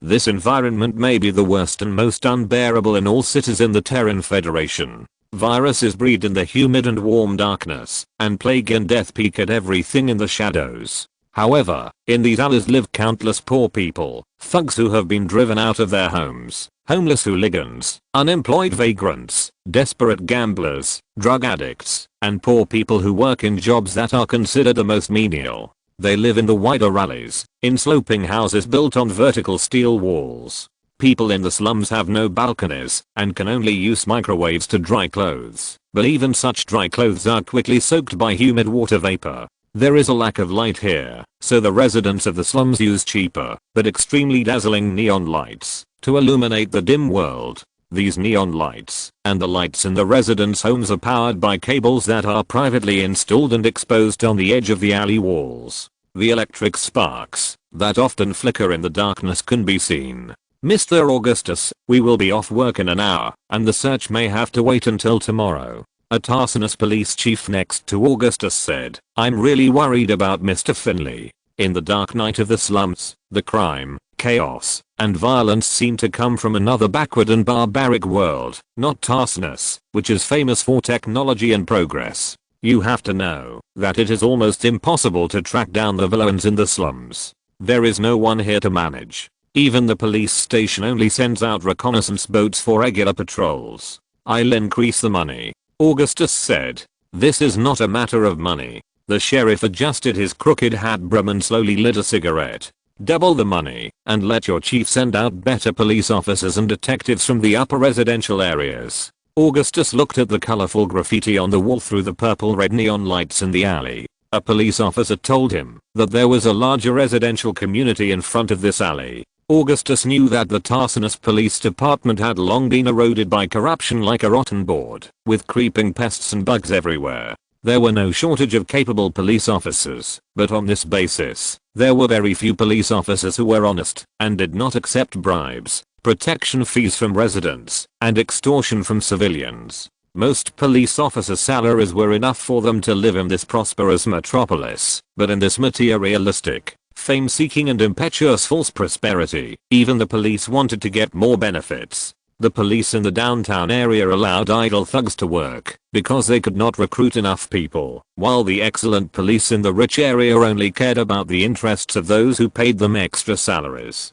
In such a system where no benefits and bribes were given to perfunctorily, most cases of the middle class and ordinary federal citizens were often delayed for months because no one accepted them, and finally nothing was done. And trivial matters such as robbery, theft and malicious injury were even less worth the time of the police officers. Unless the victim is a powerful noble, even if he is a wealthy businessman, he can't hire these gentlemen if he doesn't want to pay. It just so happens that we have to work overtime today, Mr. Augustus. The sheriff took a long puff of his cigarette. My detective just found some clues. Someone can prove that Titus Finley, the big guy in the photo, stepped into Rhett's bar at 7:52 last night and then rushed out of the bar naked this afternoon. He was naked, and he knocked down two mighty and tall gangsters with just 3 punches and 2 kicks. The sheriff said. Thanks to Agent Rangrong, Luaksu, Molly, Zushi, HEHHE, Fruit Collection, Hand 6, Insect Queen Niagara, Book Friend 202010160000225300, else, Simon DD41, Stubborn Pig, Alex Liu, If, and the Unkillable Little Hero for their monthly tickets. Thanks to Agent Rangrong, the Unkillable Little Hero, Jinghu Yejing, and a certain Civilization's number 3 intelligent brain for their awards. Chapter 108 You Owe Me Titus. The residential community where Father Ed's bar was located was actually a block made up of countless narrow streets that stretched for more than 10 miles. On both sides of the block were simple residential houses in the slums or shops that resold scraps, as well as various shops that sold various strange side effects of medicines and obsolete technology products. Between those simple houses, there were also strip clubs that could only use countless neon billboards to decorate their facades, or high-end bars that sold almost all kinds of banned drugs, including drugs. As soon as Augustus walked into the block, he was almost blinded by the thousands of neon signs that were emitting brilliant and dazzling lights of various colors. There was almost no distinction between day and night in the slums of Tarsus, so the lights here had never been turned off since the establishment of this block. The overly dazzling blue, purple, and red light pollution made Augustus and others very uncomfortable. There were only a few pedestrians on the streets that were only a few dozen feet wide. Most of them were homeless people or gangsters or thugs with colorful hair and beautiful tattoos on their arms. The overly dazzling light, pungent smell and strong smell of alcohol were the first impressions that this world left on Augustus. There were countless low-level residents living here. They could only do jobs such as cleaning sewers and cleaning high-altitude glass windows for high floors at a lower price instead of robots in exchange for meager wages. And those born villains were engaged in all industries that they thought could make money, and these industries were all related to crime without exception. As soon as they saw the police in the uniforms of the Tarsus police, these people in the low-level world and the vicious villains fled in all directions. Only a few people in long-sleeve jackets and trousers were watching them from a distance. In each block, there was a gang that ruled all the residents of the slums. They collected protection fees from the residents of the block at a fixed time, and used all kinds of despicable and vicious methods to persecute those who could not pay. Augustus and the sheriff walked in front, followed by armed police officers. Most of the police officers were only holding P220 electromagnetic pistols, but unless the gang leaders in the slums wanted to force the police department to mobilize elite police officers to clean up the block, they would not dare to blatantly attack so many police officers. The ground here was always wet. A news broadcasting robot the size of a football walked slowly on the street. It locked onto the largest crowd and soon came to Augustus. The news video above its head was titled, Augustus Mengsk, beware of the resurgence of terrorism in Korhal IV. The sheriff kicked the news broadcast robot away casually. The robot with 2 antennas and 1 wheel immediately raised the volume of the broadcasting speaker and turned several circles in place. You hurt a legally protected intelligent robot without reason. I will contact the Tassinus Police Department. Go, kid. The sheriff kicked it further away. Remember to bring your mother. Augustus stood at the door of Dad Rhett's bar and looked around. The dozen or so stacked billboards had various glowing English letters, and even words like rooms for rent. It seemed that, as long as they could glow, these slum residents would not give up easily. The police rushed into the bar with loud shouts to expel or beat innocent guests who were drinking outside the bar's front desk, until the owner of the bar, Rhett, walked out of a dark but closed compartment filled with excited screams. Old Rhett's left arm had been replaced with a grasping mechanical arm, and the right foot hidden under his trousers had been modified in the same way. This kind of body modification is as common as tattoos and earrings on bad boys in Tarsinus City, especially in the chaotic slums. This is not only because many people in the slums are missing limbs due to fierce conflicts and various dangerous jobs, but many people voluntarily replace their limbs to make them invulnerable. At present, this kind of modification technology is not very mature. The modifications that slum dwellers can accept are quite primitive due to the limitations of technology. Not only do they need to frequently replace parts, but they are also far less flexible than their original arms and legs. They can only simply assist their lives.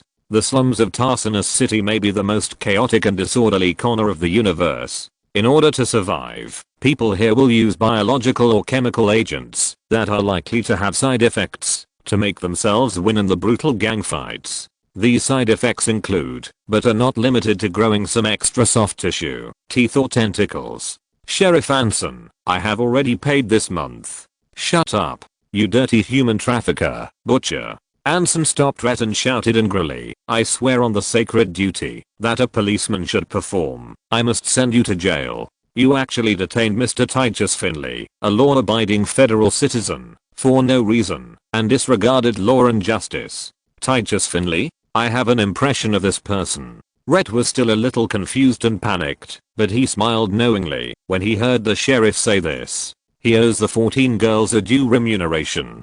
As their protector, I should use all reasonable means to get the money. I don't believe what you said. Without waiting for the sheriff to speak, Augustus walked to Rhett's side. He just looked at the other side calmly and stood with his hands behind his back. I want to see Finley now. Did you hear it? If you heard it, then do it. Rhett hesitated for a moment, but still did it. Augustus gave him the impression that he was not just a rich young man who had not experienced much of the world. Rhett's current status in the slums was not achieved simply by fighting bravely. Soon, Titus, who was tied up with a thin rope in a tortoise-shell style, walked out surrounded by several big men. Titus was still naked at this time, without even a pair of underwear, so this way of tying him up seemed a bit philosophical. Lisa immediately covered Augustus' eyes, while the other demons of heaven laughed. Mengsk, you are such a good man. I knew I could trust you. Then Titus asked the people around him to untie him in an extremely proud and even almost bullying tone. Untie me quickly, you useless lackeys. Rhett didn't seem to be ready to mention the debt again, and he ordered his men to release Titus. Because if they really confronted each other, Titus would definitely believe that he didn't owe any money at all, and Augustus and the police behind him would not help him. At this time, a woman with a charming smile came out, threw a pair of underwear to Titus, and praised his superb skills and amazing physical strength. Sheriff, please tell this guy how much I spent to fish him out today. Augustus moved Lisa's hand away and looked at Titus, who was calmly putting on his underwear. Remember this money, Finley. This is what you owe me. I may have to postpone tomorrow and go fishing. If you're listening to this novel on a channel other than Fanfic World, it means they downloaded and uploaded it without effort. We cordially invite you to visit our channel, Mundo Fanfic Novelos. There you'll find the original version of this story and you can explore many other novels of various genres. We're waiting for you to immerse yourself in a world of incredible novels. Chapter 109, Warfield's Promise. Augustus stayed in Tarsinus for about a week, and the city made a deep impression on him. Great and magnificent Tarsinus is the center of the Terran Federation. Countless shining towers and continuous industrial areas have permanently changed the appearance of most of the planet's crust. In a few dozen centuries, perhaps the Tarsinus people will flatten the mountains and fill the oceans, and nature will be completely conquered by humans. The stars will one day become the garden of this race, and the Milky Way is just one of the paths. Tarsinus is a prosperous economic and industrial center. The most cutting-edge new technologies will be used here.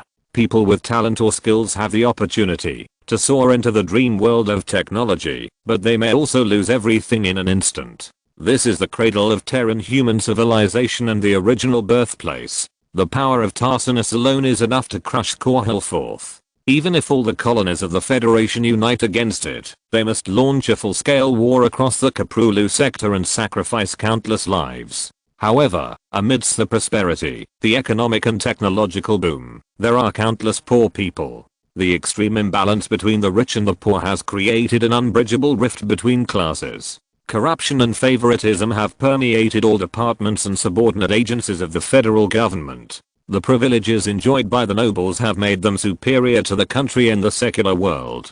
Being away from their people for too long has made them arrogant and indifferent. Those in power are afraid of innovation because they are the ones who need to be innovated.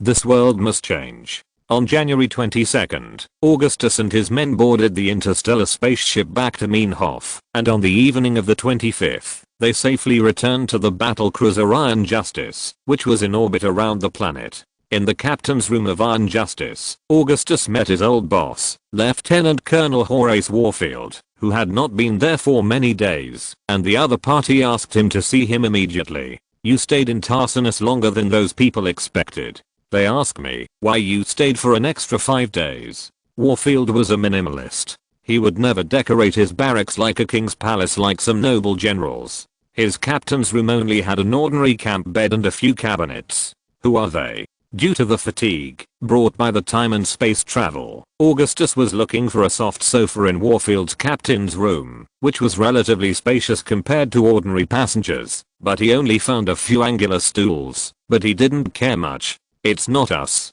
The Marines don't care what you did in Tarsinus. The people who came are from the Terran FBI. The agents have already set their sights on you." Warfield was originally going to take a transport ship to the Meinhof Marine Corps and the Fleet Supreme Command, so he was wearing an officer's uniform. This doesn't surprise me, and there may be more than one organization watching my every move.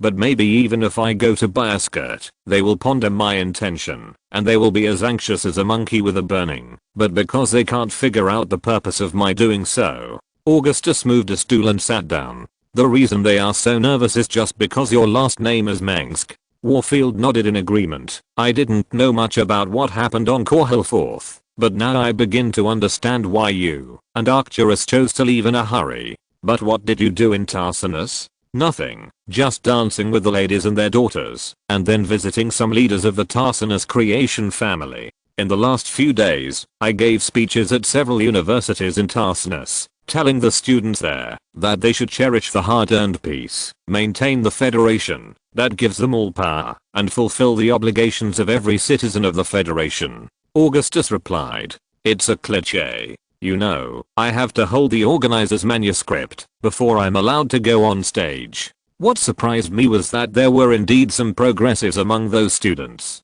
They had great ambitions and were dissatisfied with the incompetence and corruption of the federal government. During his time in Tarsinus, Augustus met the leaders of 3 founding families, including the Terra family, the Holt family, and the Brubaker family, and visited the sky towers of the other 4 founding families and the industrial factories under their family groups as an invited guest. Without exception, these 7 founding families had no ill feelings towards the Mengsk family or Augustus himself, or they wanted to seek more benefits from Korhal IV. During this period, the founding families did not expect that Korhal would have a more serious rebellion or even a war. The other 12 founding families, including the Bennett family, coldly shut Augustus out and refused to contact anyone from the Mengsk family, even though Augustus's remarks in public showed that he extremely hated the ideas of his father Angus and brought Korhal IV's desire for peace. The attitudes of these creation families were mixed, and their views on the Kamensk family and their judgments on the situation and their positions were different. For example, the Hot family, as the least experienced of the creation families, seemed to be more willing to see some changes in the saturated and stagnant Tassinus, where the distribution of power had been fixed. After these days of personal contact and the intelligence provided by the Umoyan agents, Augustus had roughly understood which families were likely to win support. As for the members and senior officials of the Tassinus Federal Parliament, Augustus wisely did not contact the cunning and fickle politicians. "Yes, such words should be said by a hero like you," said Warfield. "You are the son of Angus, but your words are exactly the opposite of his.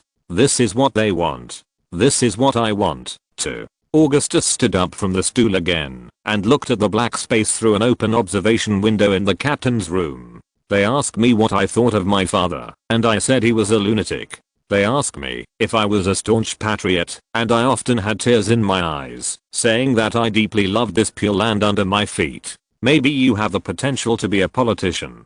Warfield laughed. "Actually, I'm not very suitable to be a politician." Augustus said, "I think Arcturus is a natural politician, although he may not have noticed this. I can't see that." At this time, Warfield suddenly remembered something. "I have to tell you one more thing. Your retirement application has been approved. Where are you going next?" "First go to Umoyan, and then return to Korhal." Augustus replied, "Some of my subordinates also want to retire in the near future. So many people retiring at the same time may cause some trouble. I beg you to help me again." "Okay, no problem." Warfield came over and patted Augustus on the shoulder and said, "If you need any help in the future, please feel free to contact me. I don't have an air force, so I can't post pictures here, so I won't post the catch." Chapter 110 Umoyan. Umoyan is the purest corner of the human world in the Kaprulu sector, just like the bright dimples of a young girl when she smiles. This beautiful planet has a romantic orange sky and fresh air filled with fragrance. The city built of white steel and glass stands between the vast plains and winding rivers. On the distant grasslands are the pastures of Umoyan shepherds and their cows and sheep strolling leisurely. The manor of the Pasteur family is a large area of silver buildings with a symmetrical and harmonious layout. These magnificent and symmetrical buildings are composed of white steel and bronze white paned glass windows. In the sun, they look like clusters of glittering bright silver and regular crystals. In front of the manor is a garden surrounded by a fence, planted with a wide variety of green vegetation, and the slightly raised vines are covered with emerald green vines, and the vines are full of many berries and raspberries unique to Umoyan. The gardener robot looks after the owner's beloved garden day and night, watering the flowers and mowing the lawn, selecting and changing the types of garden vegetation so that it is evergreen all year round, and flowers still bloom in the cold winter. There is a winding river in the lush and verdant garden. The river water is clear and trickling, and the banks are trimmed soft lawns. The aircraft that Augustus was riding landed on the heat-resistant ceramic landing platform of the private helipad of Pasteur Manor. The faint fragrance in the air made him think that he was in a garden world for a while, which shows that the Umoyan people have protected the environment of their homeland very well during the hundreds of years of rapid development. The white steel city and manor of Umoyan, which flashes with light blue lights, coexist harmoniously with nature, complementing each other's advantages and setting off each other. After the aircraft stopped steadily, Augustus shook hands with the pilot in the main driving seat and said goodbye before jumping down. This aircraft and the pilot belonged to the Umoyan National Defense Army, so he didn't have to worry about his whereabouts being exposed.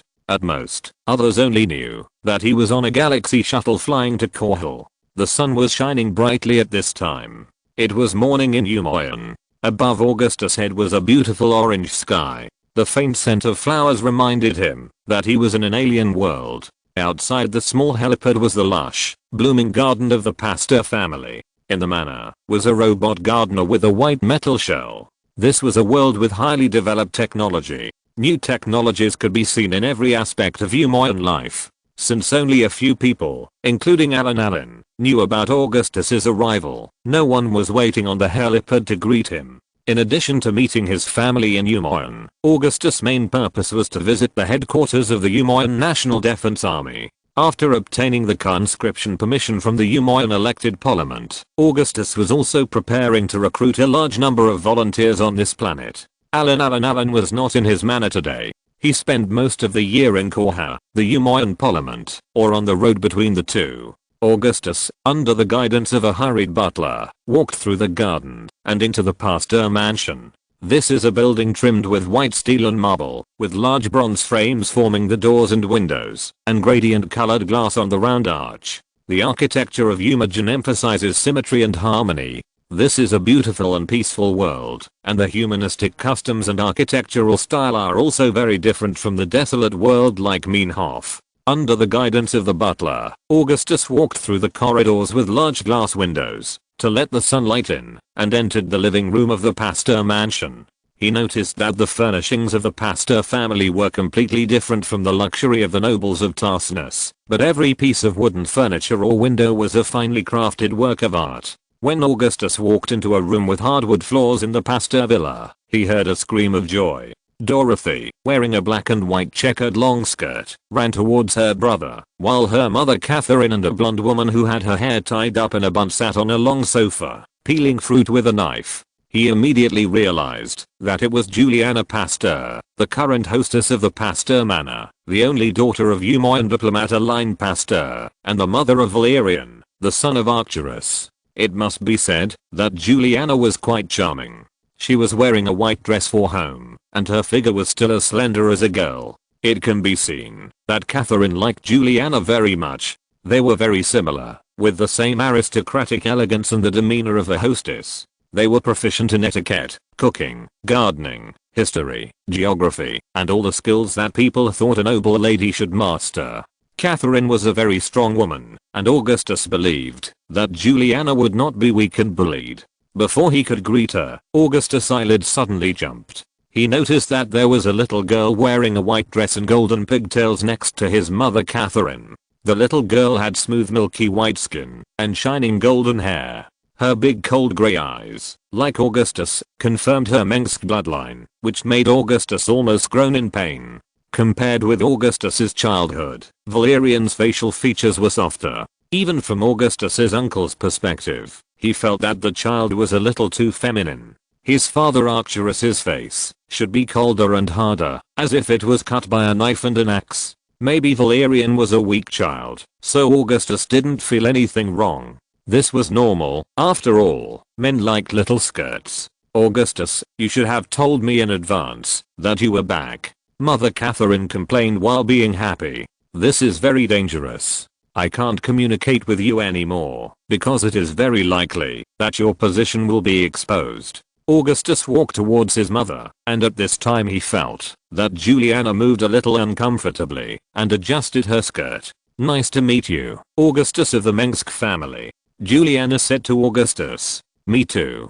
Juliana, I apologize to you for my stupid brother. Augustus showed his signature smile. He didn't know that he and the 18-year-old Arcturus smiled so much that it made Juliana's heart beat. Who is this? Is it Dad? At this time, little Valerian smiled happily. He had never seen his father, but only saw Arcturus's photo when he was 20 years old. Like many children, Valerian admired his father whom he had never met and looked forward to meeting him day and night. This is your uncle, Catherine said to Valerian with a smile. Thanks to Takisaki Kirumi as my wife, Agent Rangrong, Leodeng upstairs, Hans, Myo Shapeo, Poxing Liuho, Zuti Mayo, and Shuiao 2017041712574900 for the monthly ticket, and thanks to Takisaki Kirumi as my wife, Agent Rangrong, Poxing Liuho and Command 4.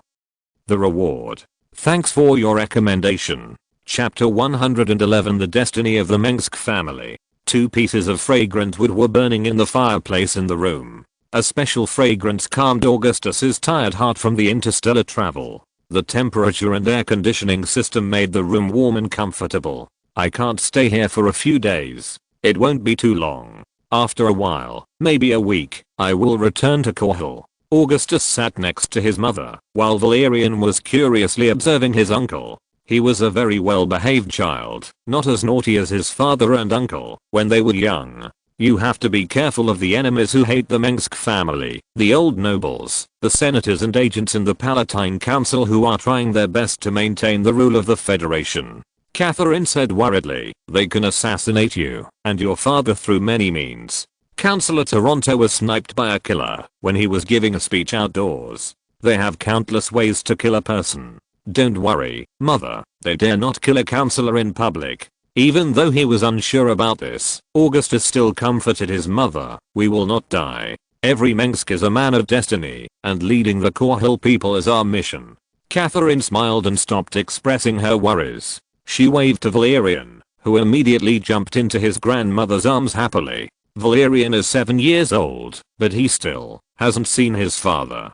Catherine looked at her grandson with love. We can't contact Arcturus. It's as if he disappeared. Mom, why do you put a skirt on him? I think it's not conducive to the physical and mental growth of a child.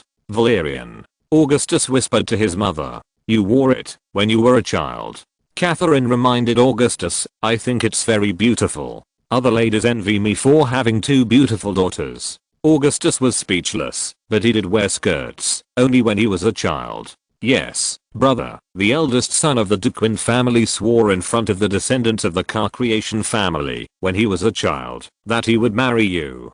Dorothy suddenly appeared and added a stab. So I beat him up later. Augustus remembered his embarrassing experience in high school. The Beast Duquin actually said that it was the same to wear women's clothes. He didn't care about my gender.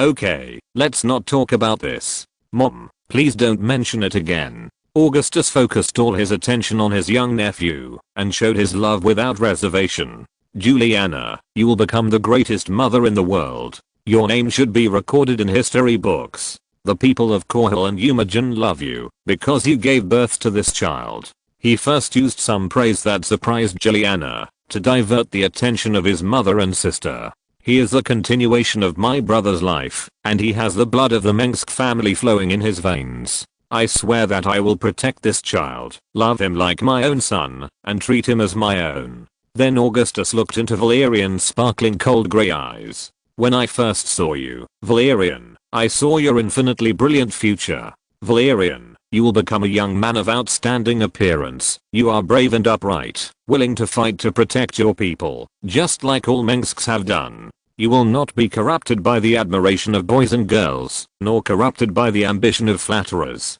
Valerian, you will become a hero one day. Augustus' words deeply touched the young Valerian.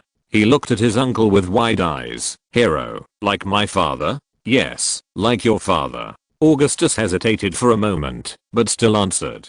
Uncle, my mother said that my father was a hero. He was a soldier, and now he is fighting aliens in the universe to protect others. Valerian said to Augustus excitedly. No, he is not a soldier now. Augustus said.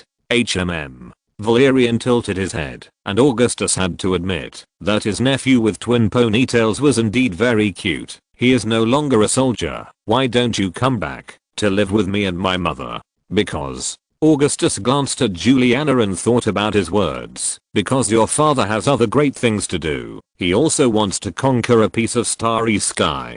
So, he is adventuring in the universe. My father is a brave adventurer. Valerian's beautiful cold grey eyes sparkled even more. Yes, he is an adventurer. Augustus smiled and said, your father is busy with his great cause, so he can't get away, but he will come back to you one day. Although Augustus knew very well in his heart that people like Arcturus would never be bound by family, his restless heart might never calm down and stop for his family, husband and father's duties. If I become an adventurer, then I can go find him. Valerian said. What do you want to do in the future? Augustus' eyes lit up. He saw some shadows of Arcturus in his nephew. I like the starry sky. I'm determined to take risks and go to another world to look for aliens. But I'm not going to defeat them. I'm going to make friends. Valerian said, I will dig up the remains of aliens and look for mysterious palaces. The mysterious starry sky is worth exploring.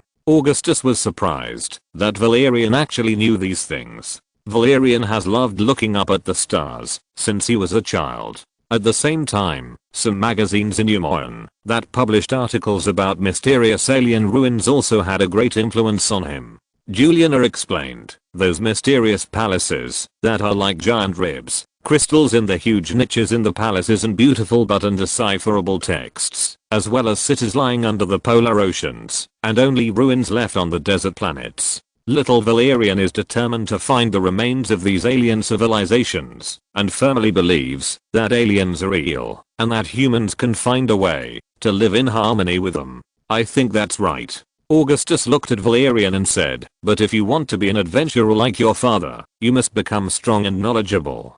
Children of the Mengsk family have already started practicing swordsmanship and ancient fighting at this age. You have to learn a lot of things, including economics, politics, and literature. Augustus said, in the morning, you will spend the morning with the most learned elders, cultivating your sentiments with books and poetry. In the afternoon, you will stay with the soldiers, learn to use swords and guns, and learn to gather those who trust you together, to become your spear and shield. Augustus had high expectations for his nephew. But I just want to see aliens. Valerian was entangled. I like reading, not swords. Well, what kind of person you want to be depends on your own choice. Augustus thought of his father Angus, and was determined not to force Valerian to follow the path planned for him by the elders. Chapter 112 Valerian's heroic uncle.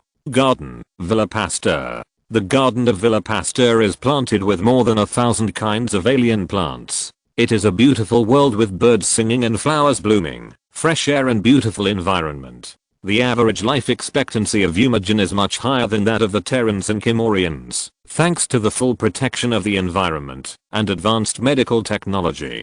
During the few days that Augustus stayed in Villa Pasteur, he felt more and more the positive impact of Humagen's beautiful environment on people's body, mind and health.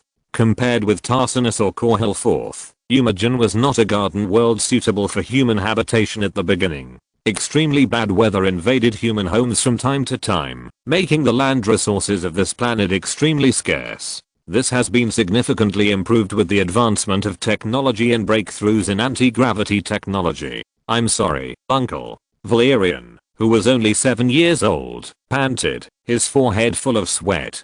He was wearing a white training suit, a black belt around his waist, and a small wooden sword in his trembling hands. At this time, Valerian was very thin. He was so slender that he could be called skinny. There was not much muscle in his hands and legs. He looked as delicate as a little girl. Valerian's skin was as white and tender as tofu, or condensed milk in water. His originally feminine face was flushed due to the intense exercise. Augustus saw his own shadow in Valerian, rather than his father Arcturus, who had been able to jump and chase the butler around since he was a child. Hold your sword again, little Valerian. This is your own choice. You are determined to follow in the footsteps of your father, so you should exercise a strong body before that. Augustus called his nephew's nickname, and sometimes Catherine would call him Augustus by his nickname. When you come of age, the Caprulu sector will usher in the most chaotic time in countless eras. You will fight against the enemies of mankind. You will travel between galaxies. You will fight side by side with your friends. And you will die for those you love, and those who love you.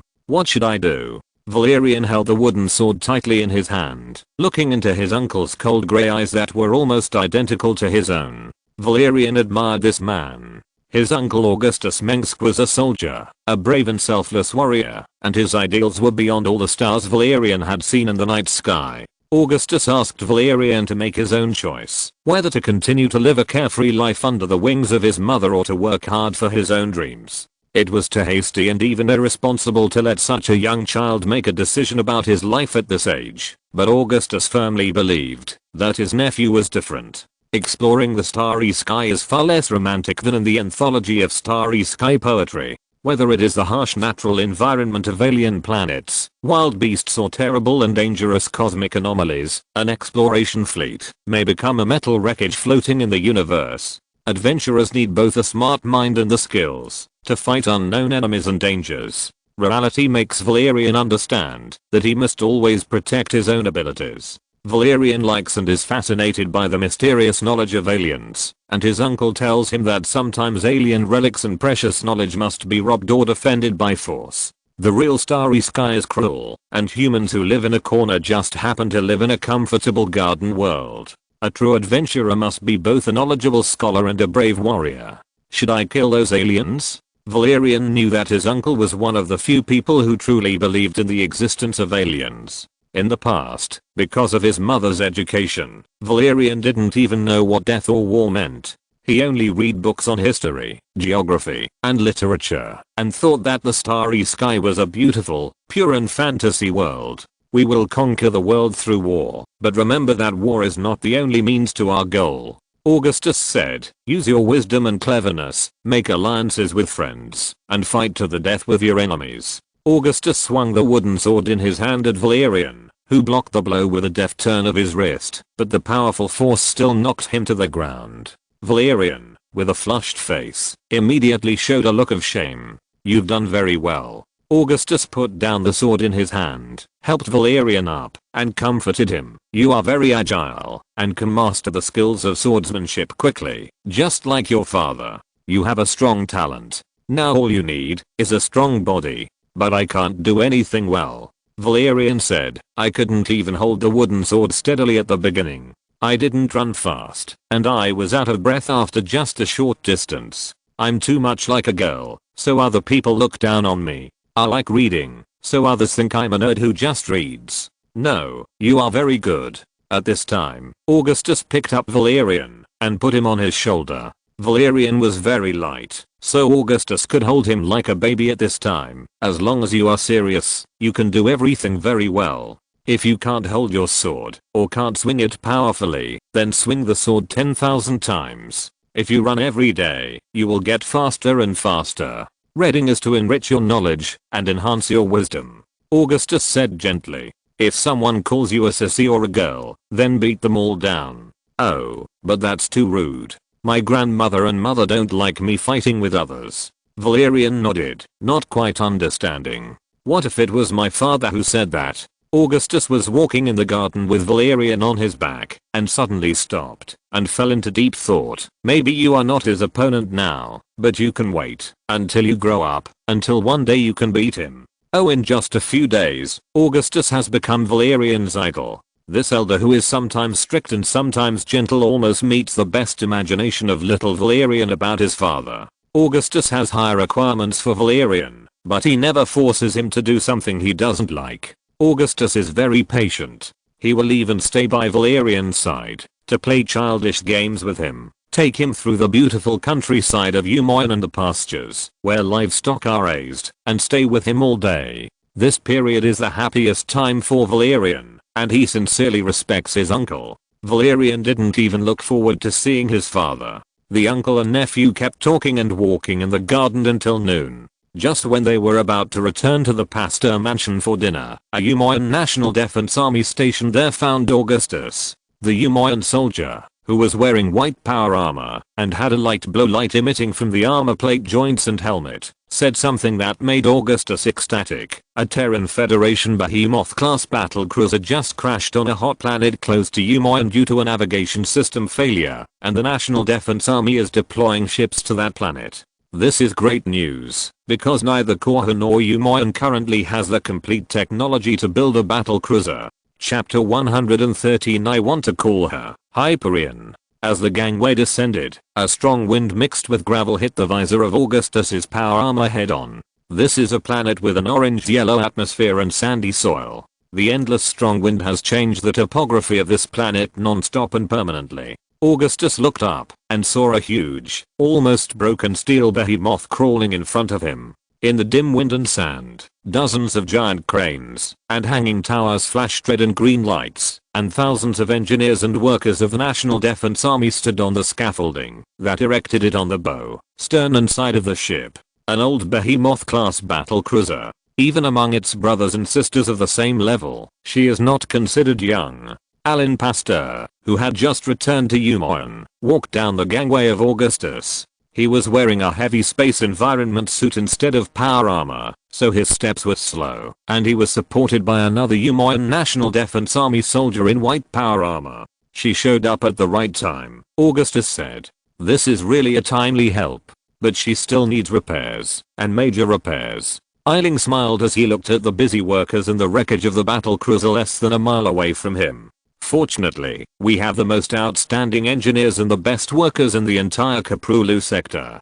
She will soon be back in action. Of course, that's ours. At this time, a Umayan chariot that looked like an air-cushioned yacht and sped across the desert like a ship came from the direction of the battle cruiser and stopped next to Augustus and Ailing. A lieutenant general of the Umayan National Defense Army in grey-white leather uniform walked down from it. Although the Umayan National Defense Army was announced to be established after the Battle of Kalian, its predecessor, the Umayan Militia, was actually a highly professional armed organization that obeyed the orders of the Umayan elected parliament. After the Terran Federation revealed its ambitions, the Umayan Militia received far more military funding than before, and the development direction of cutting-edge technology also began to focus on military technology. Senator Pasteur, please forgive me. You must be brought into the security zone by someone special. This is top secret. The Terrans still don't know where the missing battle cruiser has gone. The Umayan general had a serious expression on his face.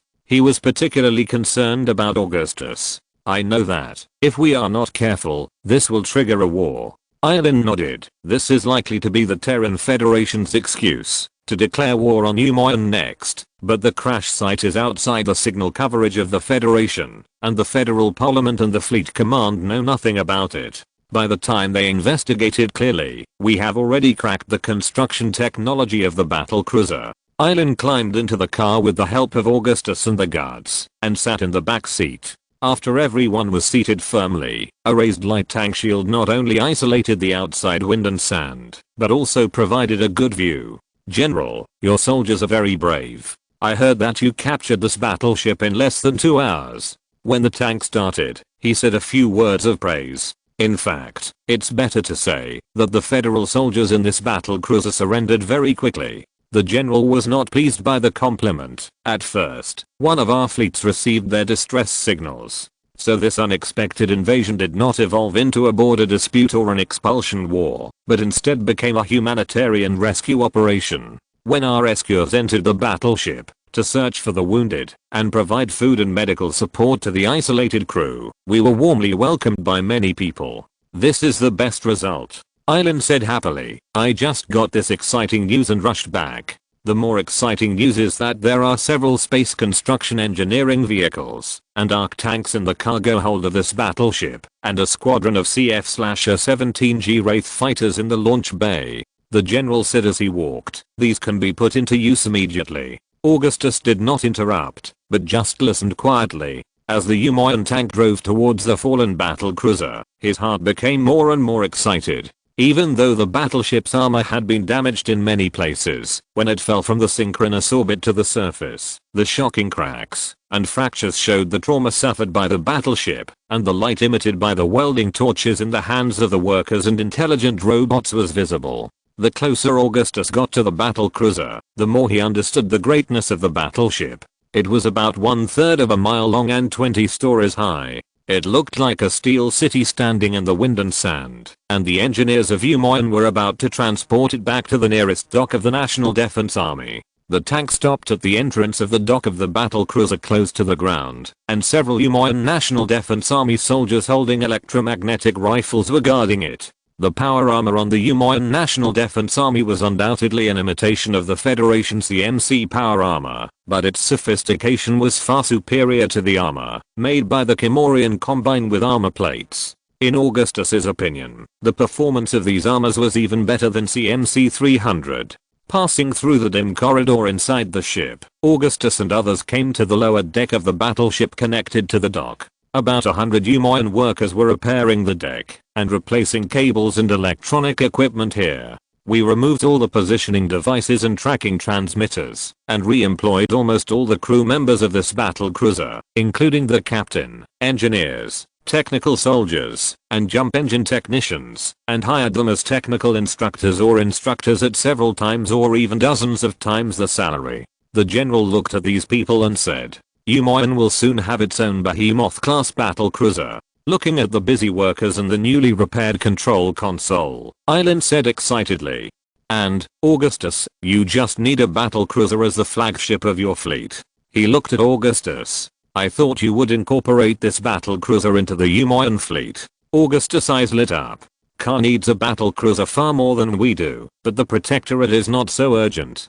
The technical difficulties associated with building this level of battleship will soon be overcome one by one, after which we will hand over the fully repaired Behemoth-class battlecruiser that has been modified and upgraded with weaponry using the Protectorate's technology to Kar. The Protectorate's general added, "This is a decision made by both the Parliament and the Protectorate, and it is a reflection of Umagen's full support for the Kar evolution. I swear I will remember your kindness." Augustus said solemnly, "This battlecruiser will become a symbol of friendship between the people of Kar and Umagen. The old number and name can no longer be used. You need to give the battleship a new name before towing it back to the dock." Eileen smiled and said, "You can take some time to think about it, and then tell me. I think the answer has already been known." Augustus smiled. "I'm going to call her Hyperion." People are on the plane, about to take off. Chapter 114, Umoyang National Defense Army. The city of Umoyan is built between lush forests, with high-speed electric trams running through forests and rivers, connecting individual steel buildings. The farmhouses in the countryside and the pastures on the grasslands are all surrounded by lush green, and in this vast world, people live in harmony with nature and rare plants. It was a morning in mid-February, and in the green city and countryside of Umoyan, as the sun just rose, people gathered spontaneously from their homes and took to the streets. Senior students left the classroom under the guidance of their teachers. People in the factory put down their tools, and someone in the office building turned up the volume of the broadcasting machine to the maximum. The people gathered in the open spaces of each tall building, and park gradually became hundreds and thousands, shoulder to shoulder. Many people waved the blue and white flag of Umoyan, with a pattern of two triangles and a circle painted on their faces. Umoyan and fellow compatriots of the Allied dominions united under the same flag. The Kel-morian Combine has been defeated. And now, the only one who can still fight against the Terran Federation and its hegemony is Umoyan. In a room in the Pasteur Manor, Augustus held the young Valerian in his arms, and his family stood beside him. On the wall in front of them was a huge holographic projection screen, and Umoyan Arbitration Counselor and Foreign Minister Jorgensen was giving a speech. Umoyan and all the Umoyans on all its relatively independent colonies were watching this channel at the same time. This was the first full mobilization for war within this independent regime, because the wise members of the Umoyan elected parliament understood that when the Terran Federation annexed the Kel-morian Combine and all its mining unions, Umoyan would be the next target of the Terrans. Almost everyone believed that war was inevitable. At the beginning of the formation of the elected parliament, our ancestors were determined to govern the new world of mankind, based on fairness and freedom, to eliminate all corruption and to care about our people. For centuries, since our common ancestors boarded the colonial spacecraft, our pursuit of freedom has never changed. Umoyan is not aggressive. He does not want to gain any respect from his two brothers. That comes from fear, nor does he want to control or enslave others and get the pleasure of a tyrant. Jorgensen said seriously. However, since the founding family of the Terran Federation first proposed to establish a government that would unify Tarsus, Moria, and Umoyan, the Terran people's ambitions for Umoyan have been obvious. Everyone knows that the Umoyan people hate war and try their best to avoid any possibility of war spreading to their homeland. We prefer to uphold justice rather than join the fratricide between our brothers. However, no matter how much we try to escape, there is no way back. Umoyan is not vast, and our homeland is behind us. This is an order from the Umoyan elected parliament. After a lapse of 120 years, we will once again use the conscription system and reserve system.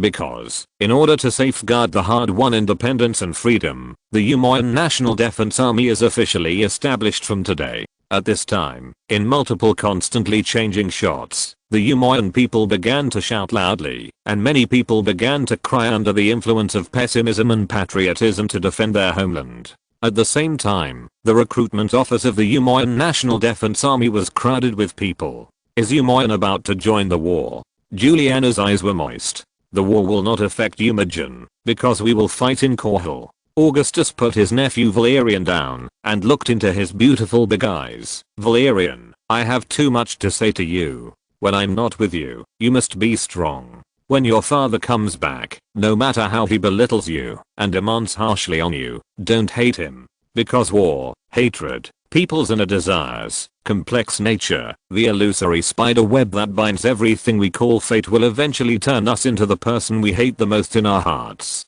Are you leaving, uncle? Valerian tried hard not to cry. Mom said you are going back to Korhal. We will meet again, after overthrowing the tyrant of Tarsinus. Augustus said gently. I hope to see you become a real man, little Valerian. When you belong to the Mengsk family, you will return to Korhal one day. Then, Augustus hugged his mother and sister one by one again. Augustus neither believed in God, nor believed that piety had any value, but he still prayed for his family. Valerian watched Augustus's back gradually receding, and decided to follow in his uncle's footsteps. This scene was deeply imprinted in his heart. When Augustus walked out of the gate of the Pasteur mansion, he looked at the grey Apod transport ship hovering in the air and suddenly laughed. 11 heavenly devils were waiting for him on the ground, and others stood behind the open side panels of the transport ship, and looked at Augustus. These soldiers no longer belonged to the Terran Federation Marines, so they all wore long grey-black windbreakers that symbolize the heavenly devils, with long hoods with winged skulls, and the hems of the clothes fluttered in the wind raised by the transport ship's thrusters.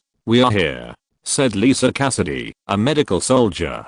I follow you as always, because you are Augustus Mengsk. Lance Corporal Runstein, deputy squad leader of the 1st Squad of Heavenly Devils, said. I'm a fighter for freedom, shouted Grenadiers and a Maximum. Me too, said Amy Brandon. I'd be disappointed if I couldn't massacre the Kel-morians anymore. I'd be disappointed if their heads were piled up like a mountain, but it doesn't really matter who I kill, said Rocket Soldier Connor Ward.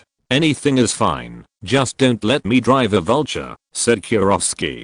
Boss, don't look at me. I don't have anything to say. Josephine said, I just want to save money for milk powder. Augustus, I think this place is very suitable for retirement. Umoyan is much better than Tarsinus. Sniper Kid carried a boatswain sniper rifle that was as tall as a person. He bought the gun for 5 times the market price. When I get tired, I'll buy a manor here. I'm not doing this for you, Mengsk, Titus groaned. I'm doing this to pay off my debts. Boss, I brought a few good cards.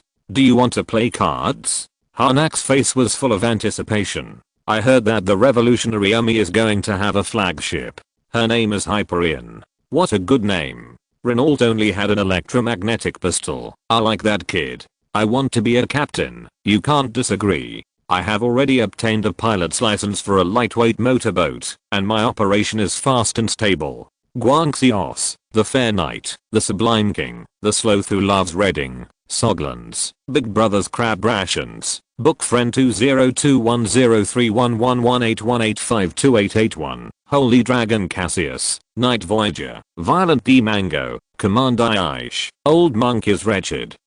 Book Friend 202102231201191122, Coughing to Death, Empty City 1229's monthly ticket. Thanks to Agent Rangrang and Holy Dragon Cassius for their awards. Chapter 115 Pan-Terran National United Front.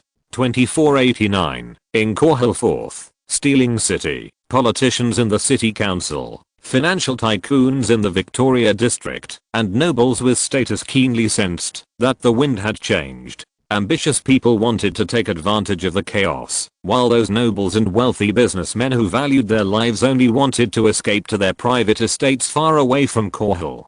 People who claimed to be the Korhal Independence Party appeared in various squares, parks, stadiums, rail train stations, and all public places and streets and alleys in towns and villages. Their political demands received widespread support from the people and the support of some politicians and new nobles led by Korhal Senator Augustus Mengsk. The revolutionaries spontaneously formed a militia organization whose number and strength expanded rapidly in a very short period of time. They recruited people from all walks of life and all classes, including all passionate young people and people with lofty ideals. This organization also absorbed gang members with underworld characteristics. As if overpass, these revolutionaries were everywhere, and giving speeches in public. Dozens of pamphlets with political ideals were openly distributed to everyone, saying that the Great Korhal should be independent and the sacred rights that originally belonged to the people should be returned to everyone. Chaos ensued, and the revolutionaries began to break into the speeches of some councillors who had different political views from Angus, using rotten eggs, tomatoes, or noise to embarrass the speakers and force them to step down.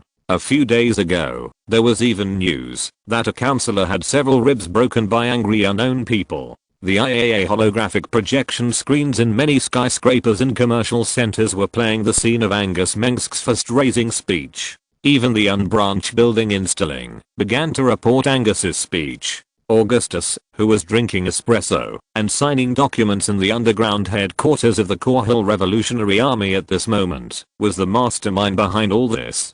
During the days of work, Augustus only slept 4 hours a day, and his dark bags under his eyes and pale face made him look a little haggard. It was the morning of March 18th. After working all night, Augustus suddenly put down his pen and lay on the back of his office chair for a while. When Augustus woke up again, Lisa Cassidy was standing behind him, massaging his shoulders. Her long ginger hair made his nose itchy. Let Jared write a few more manuscripts to reaffirm the significance of Korhal IV's independence. Our bottom line is to make this planet a permanent dominion and a neutral country that will never participate in the war. Talon's deputy editor-in-chief Chopin that he wants to rewrite a speech analyzing the superiority of the democratic system. Augustus continued. Where is Jim now? Jim is in the southern hemisphere's seaport city of New Amsterdam, receiving training from the instructors of the Umagan National Defense Army. You sent him there the day before yesterday, and Titus went with him, because he heard that there was money to be made there. Lisa replied. I thought it was yesterday. Augustus thought about it seriously. Jim wants to drive a big ship, I agree with that. But he can't figure out what the numerous indicator buttons and signals on the battle cruiser mean. The captain doesn't have to be able to drive a battleship, but I think Jim should learn it. He is very smart and can learn many things almost as soon as he gets started, but I don't want him to be a half-baked person forever.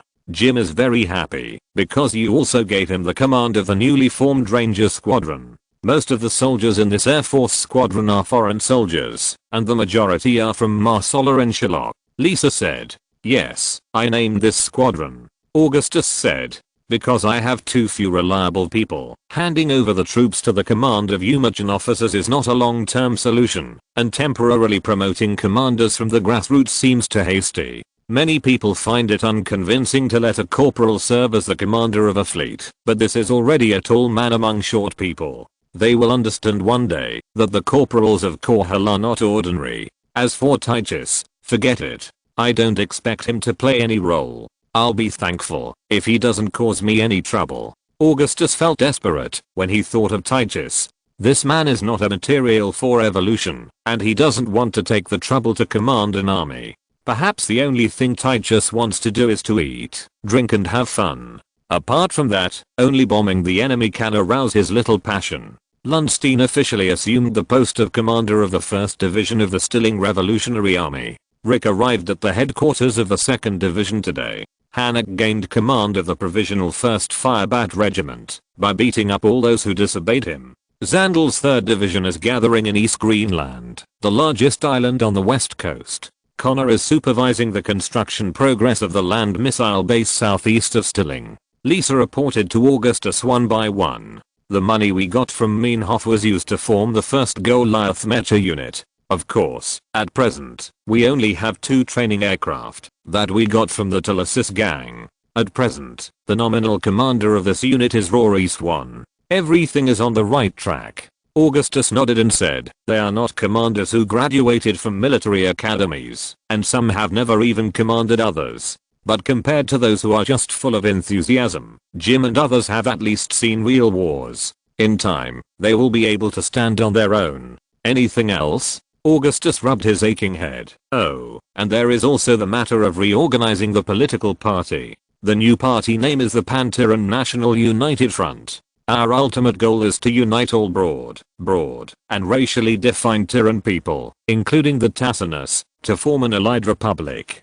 And the current task is to lead the revolution with political parties and party members with common ideas and pursuits as the core, to gain the independence of Korhal and overthrow the brutal rule of the federal government. The new party must be led by professional revolutionaries, have a strict organizational structure and discipline, and establish equally strict institutions for qualification review and purging traitors. We will only absorb those with advanced ideas, and only take these people as a core. I have already written the new party platform and party constitution. Contact the paper physical book publishing house, and ask them to immediately publish the works of the progressive members of the Revolutionary Party, such as Mark, What is Our Mission? What is the Friend of the People? The biography of Augustus Mengsk, on democracy and Cap.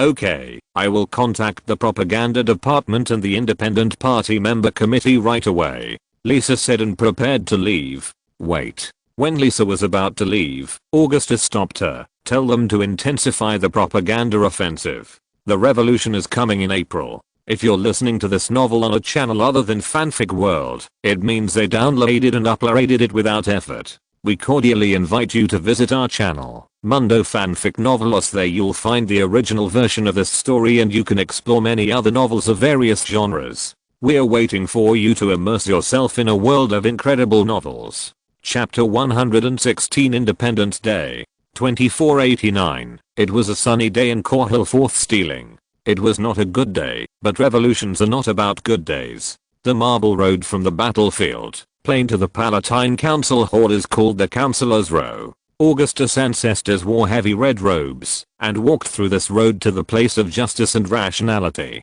At that time, the honest and upright councilors wore red robes like his father Angus, and argued in the council hall to implement laws.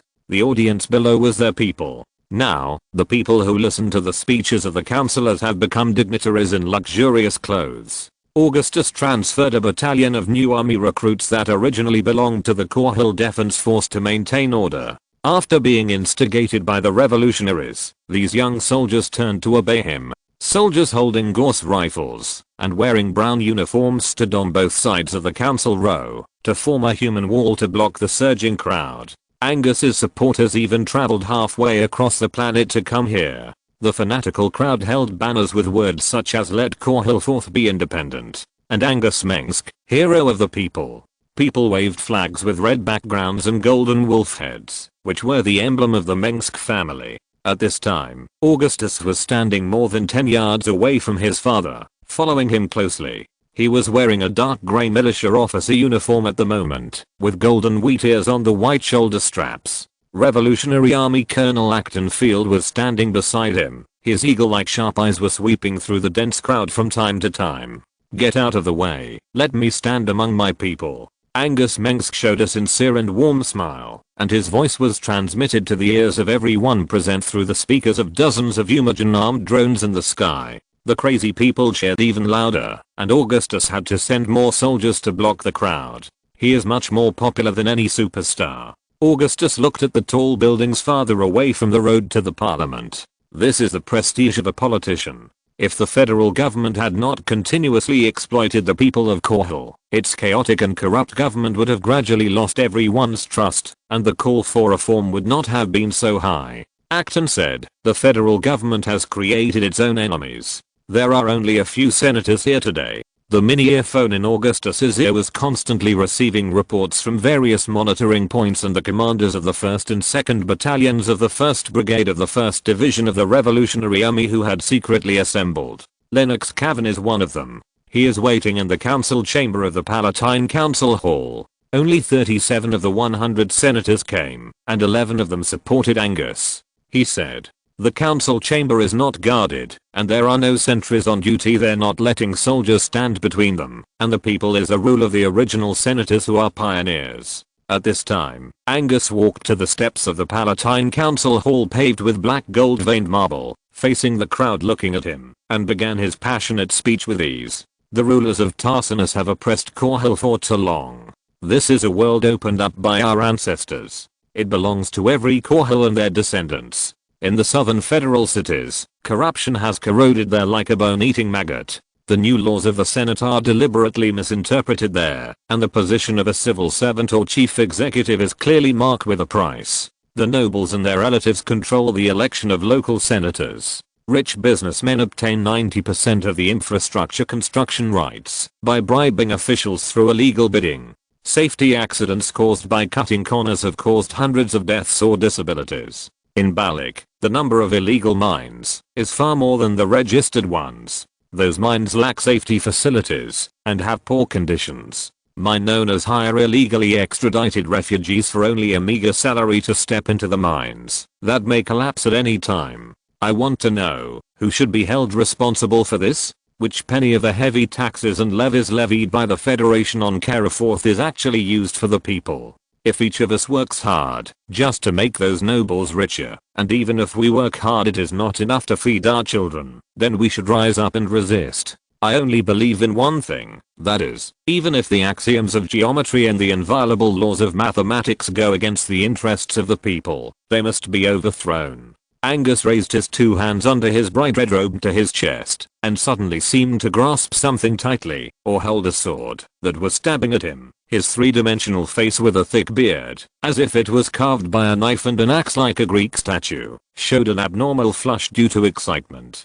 We always believe that no matter whether it is the government or individuals, or the founding family of Tarsinus, no one has the right to treat others unfairly. Democracy and laws should not be empty words, and corrupt officials should get the punishment they deserve. Humans are born equal, and the Creator has given us inalienable rights. It is to protect these rights that the people elect their government. If the government uses abuse of power and plunder to put the people under its autocratic rule, then the people have every qualification and reason to overthrow it. The history of Tarsinus and its colonial government is a history of tyranny and plunder. They want to establish an autocratic tyranny in a free land like Korhal, and their tyranny will anger even the most generous hearts. My compatriots in Korhal, my comrades in the Revolutionary Army, and the followers gathered around me, I want you to solemnly declare that at this moment, Korhal IV is independent. This vast land will belong to us again. The Korhal Autonomous Region was established today.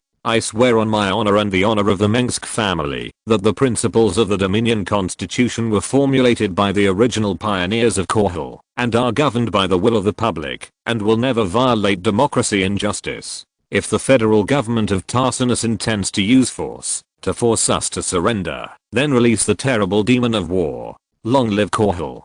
Finally, Angus made a gesture that seemed very exaggerated to Augustus, raising his clenched right hand. Long live Korhal. Long live the Dominion. Long live the immortal people. For a moment, the sea of cheers brought a tsunami-like sound, and people hugged and called, crying with joy. Lonstein, take your guard troops, and follow me closely. Augustus commanded his troops through the headset. Now, the Palatine Council Hall is ours. If those members want to resist, let there be rivers of blood. Chapter 117, Banning Parliament. The Korhal Revolutionary Army soldiers, wearing upright coffee-colored Federation Marine uniforms with red-bottomed gold wolf head armbands on their right shoulders, surrounded the Palatine Council Hall. More than 400 8mm electromagnetic rifles were loaded with bullets. The bronze roof of the Palatine Council Hall shone like a stream of gold in the midday sun. Augustus Mengsk, wearing a bright red heavy robe, walked into the porch with huge cylindrical columns and the wide black door, accompanied by his son Augustus and many soldiers. In the hall, supported by relief columns, the white walls were decorated with statues of Korhal pioneers. The restless councillors in the front hall were like uneasy chicks in a chicken coop, and a group of fanged snakes were watching them outside the cage. Suddenly, soldiers holding Gauss rifles rushed into the hall with their butts held high, and their sharp bayonets gleamed in the light. The horrified senators immediately stood up and angrily rebuked Angus, who was surrounded by soldiers. Mengsk, you are setting yourself on fire. Lennox Cavan, the main opposition leader of Angus in the Senate, asked harshly, as if he did not see those shining sharp bayonets. You are blaspheming the justice, democracy and freedom represented by the Palatine Council chamber. Lennox said in a loud voice, as if he was still standing here to preside over the parliament. Ever since our glorious and great ancestors held their first meeting here, verbal battles have permanently replaced cold swords and bullets, and democracy and justice are the swords hanging over our heads. This is betrayal. The authority of the Senate must not be questioned. Angus, are you determined to become the dictator of the parliament? Angus just looked at him calmly, his expression solemn and majestic. Maybe you didn't hear it, then I'll say it again. Korhal, independence. You're really a lunatic. Lennox is an old school politician who never shows his emotions, but his expression now is like a roaring lion. Tarsinus will never let things go, and tough countermeasures are coming. Economic blockade? Mobilizing the fleet. He said loudly. Angus, you will pay for your betrayal. Lennox took a few steps closer, rolled up his sleeves, as if he wanted to knock Angus to the ground, but the gleaming bayonet made him dare not take another step forward. Shut up, then. At this time, Lennox, who felt that Angus dared not do anything to him, suddenly saw his young and strong son Augustus turn his head and say to his loyal subordinates, "Arrest these enemies of the people and traitors of Korhal." A young officer waved his hand, and the soldiers put bayonets to the chests of the distinguished senators. The soldiers who did not know what respect and decency were roughly stripped off the bright red robes of the senators, which represented tradition and status, and made them bend their waists in humiliation. The senators who had always fought side by side with Angus took the initiative to take off their robes, sat in their seats, and watched all this silently. Greed, corruption, bribery, nepotism, and cliques. Angus walked up to the pedestal facing the audience. The red and blue Federation flag and the 3-star flag of Korhal were hung on the slanted flagpole behind him. When Augustus' father sentenced the senators, the photographers and reporters who came with the army began to record this historic scene. Augustus personally took down the Federation flag and replaced it with the golden wolf flag of the Mengsk family. You are the beginning of the corruption of the Korhal government, or in other words, Tarsinus is the sponsor of your political activities. Maybe your assets have long been transferred to Tarsinus or even the Interstellar Bank of Eumagen, but there is no shortage of evidence. All senators, including those who are about to escape, will be arrested by the Revolutionary Army and sent to prison to await the final public trial. Then, Augustus ordered the soldiers to take away Lennox and other senators. The revolutionaries had evidence that Lennox had a close connection with a certain creation family of Tarsinus, and he obtained financial support by obstructing Angus from implementing the decree that would make Korhal independent of the Federation. Others behaved even worse, accepting bribes without restraint, and corruption and extravagance were prevalent. When the clamoring senators all shut up, the council chamber finally became quiet. Under the huge, heavy gilded chrome dome of the council chamber, rows of soldiers stood on the stepped stands. Then, Angus faced the camera and delivered his next speech. Members of the Kar Senate accepted money from Tarsinus and betrayed the interests of Kar. Many of these people are people you have never seen or heard of, which means they were not elected by the will of the people. And we, the Pan-Terran National United Front. Angus said this name that seemed a bit difficult to pronounce. We will take back the power of those senators and re-elect the senators. From the federal cities in the south to the city unions in the north, from Fieldston to Stilling, we will redistribute these 100 seats, and the election process must be fair, open, strict and transparent, and everyone has the right to cast a vote. We will re-establish a new, clean and efficient government, and formulate a new, sacred, and inviolable constitution as the cornerstone of all laws. Any unjust and unreasonable taxes imposed on the people of Kar by the Tarsinus federal government will be permanently abolished. After Angus solemnly made a promise to the people of Kar, Augustus quietly left the Palatine Council Hall and came to a Revolutionary Army headquarters temporarily built in the side hall of the Council Hall. The uprising had only just begun.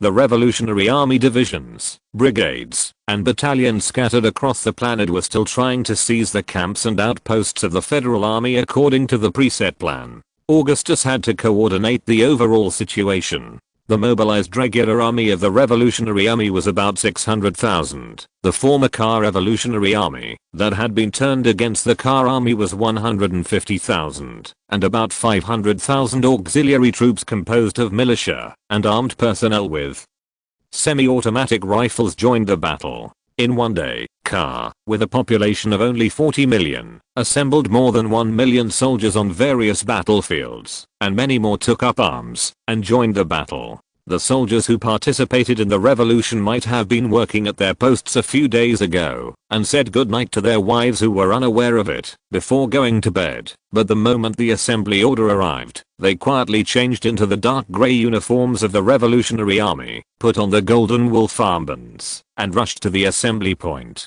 The Revolutionary Army received widespread support from the Ka people. Unprecedented terrorist riots occurred in various cities of Korhal IV. The crazy crowd seized the signal main tower of the global news network, occupied the city hall, and set fire to the unmanned military camps. The almost crazy people threw the editor of the news network from a tall building, broke the throats of corrupt officials, and trampled the surrendering federal soldiers to death.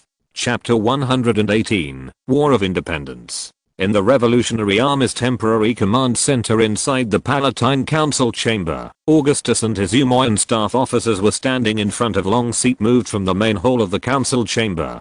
On it was a spread out map of the world of Ka, with each flag representing a Federation or Ka Revolutionary Army unit. Augustus looked at a flag representing the Federation Marine Corps camp near the city of Stealing and said nothing, while the staff officers around him were discussing fiercely. A week before Angus delivered his speech on the Declaration of Independence this morning, soldiers from various divisions of Ka began to gather. They were transported to various cities through the rail train transportation network that spanned the continents of Ka, and the incompetent Ka government was not completely unaware of this. It was just that when the lower level officials learned of the news, they either had no reaction and had no idea what it meant, or chose to conceal it and let others report it on their behalf to shirk responsibility. While waiting for the governor of Ka to get the news that a large-scale civilian armed force was gathering, this distant relative of the Tarsinus creation family was unwilling to accept this because of his long-term comfort. When more information continued to pour into the governor's office, he remembered to inform the commanders of the Ka Defense Force and the Federal Marine Corps and request support from Tarsinus. On the issue of how to encircle and suppress these armed forces, the Ka Defense Force and the Marine Corps, two forces belonging to different interest groups, began to shirk responsibility, conserve their strength, and put their hopes on the Federal Army that was about to come to support. After delaying again and again, Augustus, who knew that speed was of the essence, had deployed a large number of troops in various strategic locations and heavy factories and starports that must be seized as soon as possible. The local Ka Defense Force were all Ka people. Most of the defense forces turned to Augustus without hesitation. The rest, together with the Marines, had less than 100,000 people. Although this was an army with lax discipline and loose training, Augustus still did not dare to take it lightly. The advantage of the Federal Army lies in their solid fortifications, powerful power armor and heavy weapons. Some of the Avenger fighter units facing retirement in the synchronous orbital space stations and starports can also provide them with strong air support. Among the Ka Revolutionary Army, only two brigades, the 1st Division of Lundstein and the 2nd Division of Kidd, had completed the replacement of power armor and C-14 electromagnetic rifles, with a total of only 60,000 people. Augustus deployed these elite troops in Stilling, where the Federation had heavy troops stationed, and the heavy industrial city of Balak in the southern hemisphere. The attack was launched on time at a unified time, just when Angus began his speech. Fortunately, the combat capability of the Federation Marine Corps of Ka IV did not disappoint Augustus. Their combat effectiveness was even worse than that of the new recruits on the front line, let alone compared with the re-socialized soldiers. Ka has 8 cities with a population of more than 1 million and 14 federal military bases. 5 of the cities did not even need the Revolutionary Army to launch an attack. The rioters infected by fanaticism, the defense forces who turned against their sides, and the militia forces that spontaneously organized themselves took control of the entire city. There were only about 50,000 Federation Marines scattered in multiple military bases, urban military camps, and orbital space stations, and there were less than 30,000 soldiers who actually participated in the war. When the revolutionary soldiers attacked the Federation outpost, they even found a Federation Marine lying on the ground and sleeping soundly because of drunkenness. In just one day, the flames of revolution spread across the entire Ka. Victory news came one after another. But Augustus and his comrades had no time to celebrate. The Federation Marines were not useless. Some of the Marines who had retreated from the front line had also burst into amazing combat power. They relied on the city walls, bunkers, armor and weapons to even temporarily repel the revolutionary offensive in some areas. The Ka Revolutionary Army soldiers who lacked power armor suffered heavy losses. In the 14th hour of the outbreak of the war, the number of casualties on both sides exceeded 100,000 and was still rising. Private hospitals in various cities began to accept disabled soldiers. On this day, cheers and cries of lost relatives coexisted. On the afternoon of the third day, Augustus, who had not slept all night, finally received the news that the Ranger Air Force squadron led by Raynor had captured the Federation's synchronous orbital base with a heavy burden. Augustus, who was not sleepy at all, immediately commissioned Chief Engineer Ori Swan and his team to build an orbital platform and a space-based weapon station on the track. 15 of the 22 major battlefields were won by the rapid and powerful offensive of the Ka Revolutionary Army, and the Federal Army also showed signs of decline in the remaining battlefields. When the report on the number of casualties was submitted to Augustus, he fell into a long silence. Augustus tried to remember these densely packed thousands of names, but he couldn't do it. In the early morning of the fourth day, the largest military fortress in Ka, the Warplanes Fortress located outside the city of Stealing, was declared to have fallen. With the support of the railguns and strong laser orbital weapons supported by Kel-morian, the commander of the 1st Division, Runstein, led his soldiers to attack the fortress and killed the enemy commander.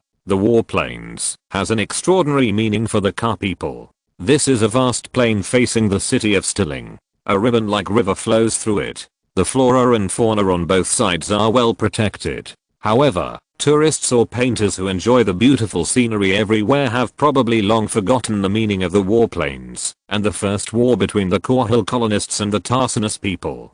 The Warplanes is also the place where the original colonists of Korhal IV reached a reconciliation with the federal government of Tarsinus and submitted to a unified regime. Since then, the Federal Marines have been stationed in the Warplanes, and it has long been under the jurisdiction of the Federal Army. Now that the Korhal people have recaptured the Warplanes, it also means that Korhal and the federal government have been separated again. At this time, Augustus fell on the chair, as if he had been drained of strength. The exhausted staff helped him to a camp bed. Augustus slept for less than 6 hours, and hurried to the Stealing City Hall to announce the election of the new Senate for his father, to appoint officials selected from the Pan-Terran National Alliance Front, PTF, among whom some former government officials were also retained. This was not because they were proven to be honest and capable, but compared to their colleagues with bad records, these people were at least not hopeless, and the new government still needed them to maintain basic administrative functions for the time being. Then, Augustus took a spaceship to the Stealing Hospital to visit the injured revolutionary soldiers. The death rate of soldiers injured by electromagnetic guns or spider mines was very alarming, so he could only watch sadly as those dying soldiers dictated suicide notes or shouted their mothers' names before closing their eyes while they were still conscious. Thanks to Soglans, the unkillable little hero, coughing to death, Agent Rangrong, floating boat, versatile booking, Car 98K, use a knife, but no umbrella on a rainy night. Book friend 202010160000225300. Water blue precipitation, fear comes from illusion. Wu A. Monk, Donald John, Feng Gyanson, book friend 170,412,100,258,400. Gloria Vera, Iron Tree, Swimming White Clouds, Xi Jinping, The Way of Destruction, and book friend 2018092300254669 for their awards. Chapter 119 Decapitation Operation. 16-year-old Sarah Louise Carrigan bent over and walked into the half-closed cockpit door of a Wraith fighter. Her blue and white environmental camouflage combat suit, which was close to her skin, became closer to her body as she bent over and bent her legs. The beautiful curve between her slender waist and perky buttocks formed a beautiful arc, and her flat abdomen revealed a sexy waistline. At this moment, her beautiful figure was fully exposed. Kerrigan sat in the height-adjustable driver's seat to debug the equipment, skillfully calling up the star map of the Kaprulu sector and testing the sensitivity of the sensor. The cushion on the driver's seat was very thin, and she could almost feel the steel support underneath. Outside the aviation glass, the sandstorm that covered the sky above the airport of Victor V military base had dissipated, but the sky was still deep and dark. This uninhabited planet on the edge of the Terran Federation star system is no different most of the year. Even the latest Express will be delayed by a week before arriving in this forgotten land of God. The soldiers stationed here are all Marines who have undergone resocialization changes. Only they can endure this loneliness that penetrates deep into their hearts. For Kerrigan, who left her family at the age of 8 and began to receive training to become a ghost agent at the age of 12, loneliness and pain are some unfamiliar emotions. The psychic inhibitor in the brain of each ghost agent can block most useless emotions. They are as cold and ruthless as real ghosts or humanoid weapons, just as the instructors of the Ghost Academy expected. Ghost 24718 climbed up from the other hatch, handed Kerrigan a fully enclosed helmet and a C-10 grenade shotgun, and then sat in the main driver's seat and pressed the joystick. His voice from behind the helmet seemed to come from another world, hoarse as if liquid nitrogen was poured into his throat. Reset coordinates, Lieutenant. Korhal system, Korhal IV. Ghost 24718 said, calling control tower, Wraithag 18 is leaving, over. All ghost agents are referred to by numbers, simplified names, or code names with specialties and personality traits. The communication between them is always brief and efficient. This is the ghost agent. They are killers. They don't need extra emotions and communication. They should be as cold as steel. After forging and polishing, they will become hard and deadly. Kerrigan put on the helmet and gathered her long fiery red hair into a shoulder-length ponytail. The helmet is light and strong. The HUD display screen is activated in a breath, and various values appear in front of Kerrigan. When the race engine started, a mission briefing appeared on the HUD screen. Assassination targets: Augustus Mengsk, Senator of Korhal; Terran Mengsk, famous philanthropist; Augustus Mengsk, former Marine Colonel; Augustus Mengsk, former Marine Lieutenant. More than 10 days after the Korhal rebellion broke out, all the prime worlds learned of this shocking news. The Federation Parliament of Tarsinus issued a solemn statement at the first time. They condemned Angus's anti-government, anti-democracy and anti-human atrocities, and any act of independence from the Federation was treason, and claimed that they would immediately take countermeasures to get Korhal IV out of the control of terrorists. Now it seems that their first reaction is to kill the terrorist leader, as if that would cover their ears and solve everything once and for all. For Kerrigan, this is just an ordinary assassination mission. She doesn't have to feel sad for the person she is about to assassinate, because after the mission is over, the Ghost Academy will quickly erase her memory of this operation, just like in the past. She didn't remember how many people she had killed, and perhaps she would never remember them again. At this moment, Kerrigan's cold heart was suddenly touched. She was only 16 years old, at the age of youth, but she didn't even remember the people she had killed. As for the memory of her parents and hometown, it was blank. Only when she thought of these words, she would occasionally feel the heart-wrenching sadness. Sometimes, Kerrigan also thought about changing, but the psychic inhibitor implanted in her brain made her indifferent and calm when facing the enemy, and extremely docile when facing orders, even if she didn't agree with these cruel assassination missions and their meaning in her heart. This emotion was quickly erased by the psychic inhibitor. When checking the information of these people, Kerrigan paused for a few seconds on the photo of Dorothy Mengsk. The other party was only 16 years old like her, but had a happy family.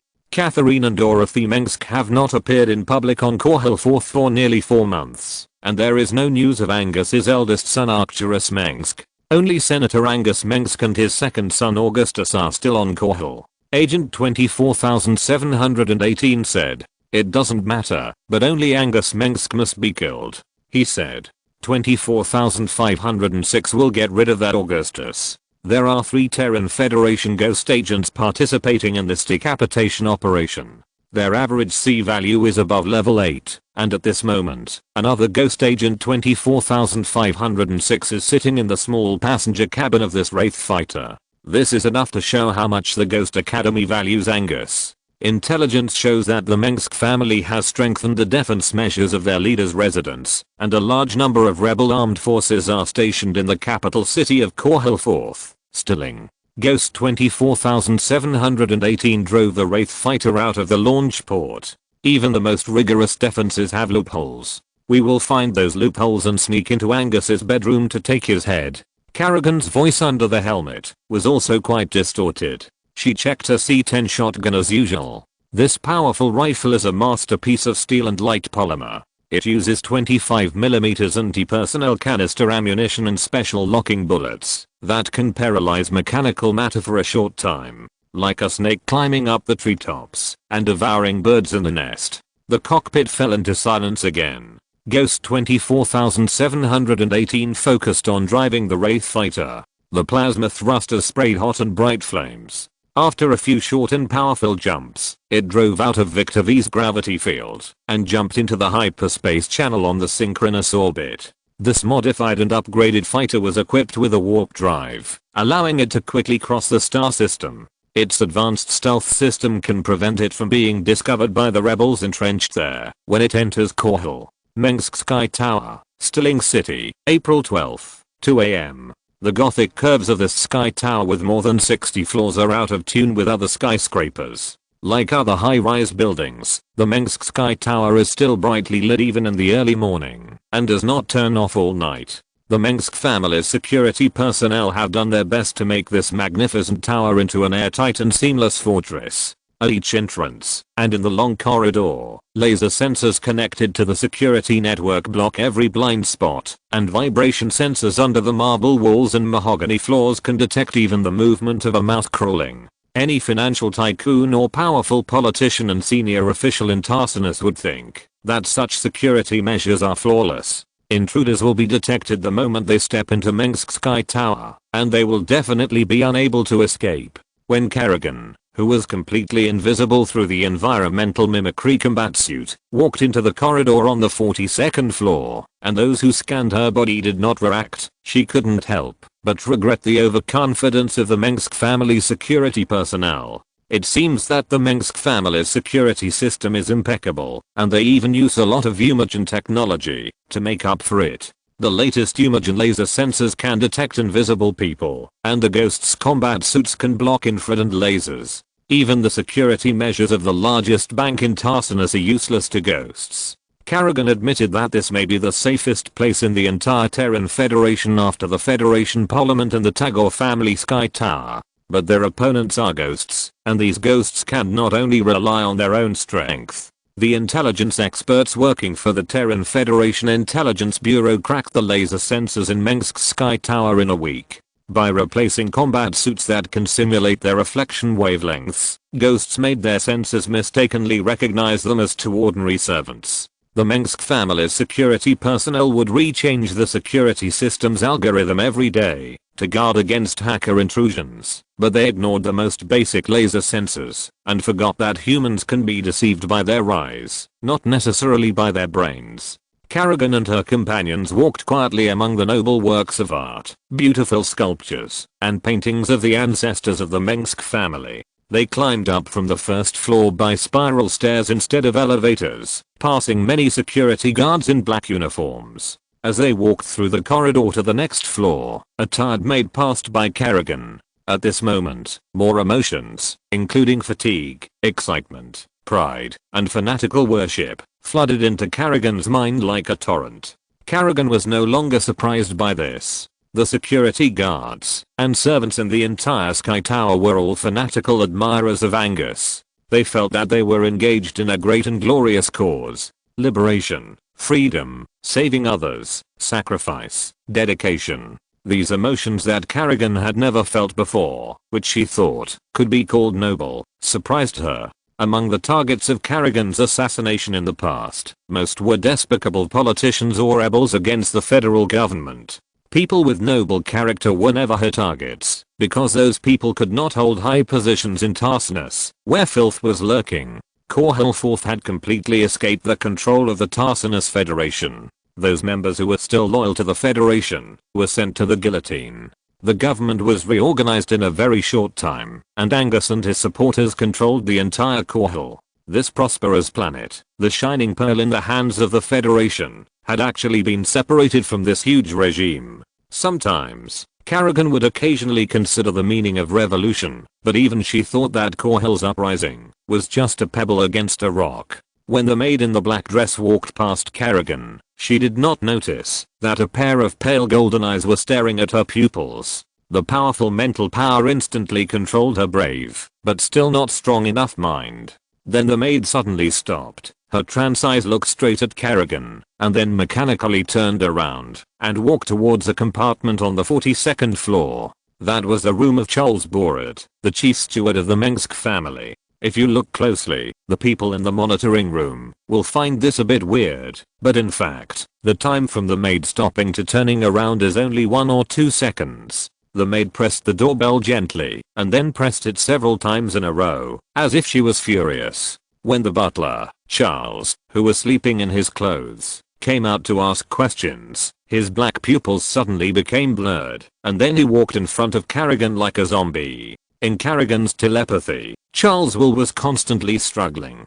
This 70-year-old man had a strong will that surprised her. But Kerrigan was an unprecedented 10th level seeker, and the gap between his terrifying telekinesis and that of ordinary people was like the ocean and the stream. When Charles led Kerrigan to Augustus Mengsk's bedroom on the 60th floor, the maid walked to the kitchen where she was originally going to prepare breakfast for the security personnel in a daze, and she had no memory of what she had done before. After tens of minutes, Kerrigan arrived at the 60th floor. The top 20 floors must be passed by the butler's retina and genetic recognition, but Charles evaded all defenses for the ghost agent. Ghost 24718 thought maliciously about what the loyal servant would think when he learned that his master died because of him. He was determined to keep the poor man alive and let him feel eternal pain for the rest of his life. The ghost agent was mentally twisted by the torture in the laboratory. He was originally a kind person, but the instructors changed him permanently through various tests to test his humanity, making him cold-blooded and taking deep pleasure in the pain of his enemies. Kerrigan felt unhappy about her companion's despicable thoughts. She thought she would never do such a thing. Butler Charles trembled with fear. He seemed to be controlled by a ghost. He knew what he was doing, but was powerless to resist. The bedroom door opened gently, and the graceful ghost agent stepped lightly, like a cat, on the deep red carpet of the bedroom through the tiny gap between the door and the door frame, followed by his companion. Augustus Mengsk was lying peacefully in bed, sleeping peacefully under a velvet blanket. His slightly snoring breathing indicated that his sleep quality was not very good. Kerrigan pulled out a sharp dagger from her waist and held a loaded pistol in her other hand. She didn't need to use the gun on her shoulder. The assassination training she had received told her that she only needed to cross the dagger across his neck and grab his collar and pull it, and the respected head would be cut off by the extremely sharp titanium dagger. She was sure that this was Angus, and not a substitute disguised as him, because Angus in his sleep was dreaming of his Terran Democratic Republic. The scene of accompanying his family in my memory was so warm. The 6-year-old Augustus Mengsk was wearing a one-piece jeans and stacking building blocks with his sister, and on the black and white checkered floor at home, Augustus Mengsk, who was running up and down, was like a headless monkey. I had something to do today, and I almost postponed the update. It's not that I want to break the chapter. Chapter 120. This is a trap.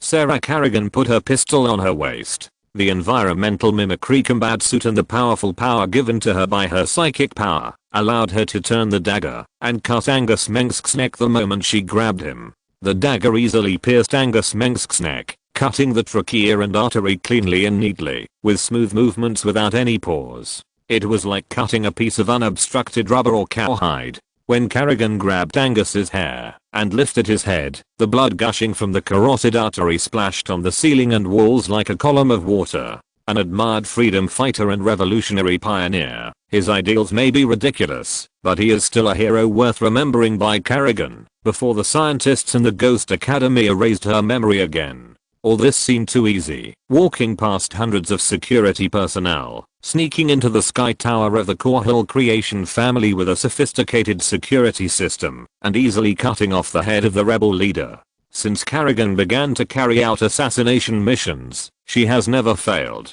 Ghost agents carry out assassinations in a way that is far beyond the boundaries of ordinary people's cognition and imagination. They are like ghosts walking in the world and messengers of death who harvest lives. Unless the assassinated person knows the assassination method of ghost agents and understands how this largest psychic assassin organization in history operates. But this is impossible. This is top secret. Even the Federation Parliament knows nothing about this. They only know that ghost agents exist. And this is enough. The rulers of Tarsinus don't care how the weapons work. They just need to eliminate the enemies of the Parliament. This is the meaning of the existence of Seekers. Augustus Mengsk's cold grey eyes are closed, and the face with a hawk nose and three-dimensional features is like a statue. After receiving the frozen head, the senior officials of the Federation Parliament will carefully examine their trophies. Kerrigan doesn't know whether the nobles on the Tower of Tarsinus and the high-ranking people in the Federation Parliament still have humanity.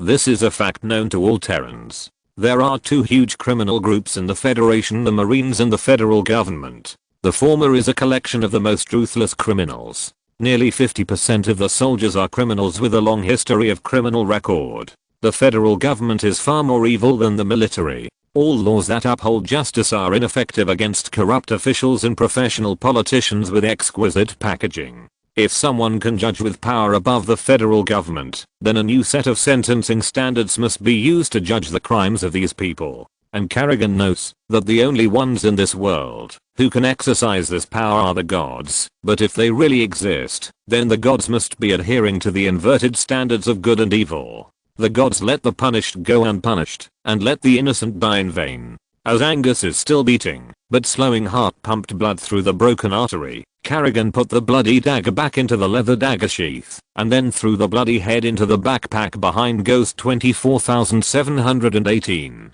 The headless body was discarded casually, and the ghosts walked out of the bedroom and prepared to leave. Mr. Charles, the butler of the Mengsk family, was standing at the door. He might have known about his master's death. His sorrow made Kerrigan, who was very sensitive to this due to her telepathic ability, feel the same emotion. Kerrigan gave this poor man some sympathy, and the psychic inhibitor began to work again, and all her extra emotions were wiped out with the sting. But this was wrong. The psychic inhibitor did not work in this way. Her special psychic intuition suddenly flooded into her mind, as if 10,000 needles were piercing her brain, and some unknown danger was coming towards her. At this moment, Kerrigan's calves tensed up, and her spreading mental power began to spread in this floor, but only found a dozen security guards and servants who knew nothing about it. But this was wrong. Her powerful psychic intuition would never be wrong, since the danger did not come from people. Then, this is a trap. At the moment Kerrigan spoke, the Umagen psychic shielding device that was originally on standby on the floor was activated. The entire 60th floor was placed under a suddenly deployed shielding force field, and her psychic powers began to wane, as if being drained by an invisible force field. These psychic shields were not Korhal technology.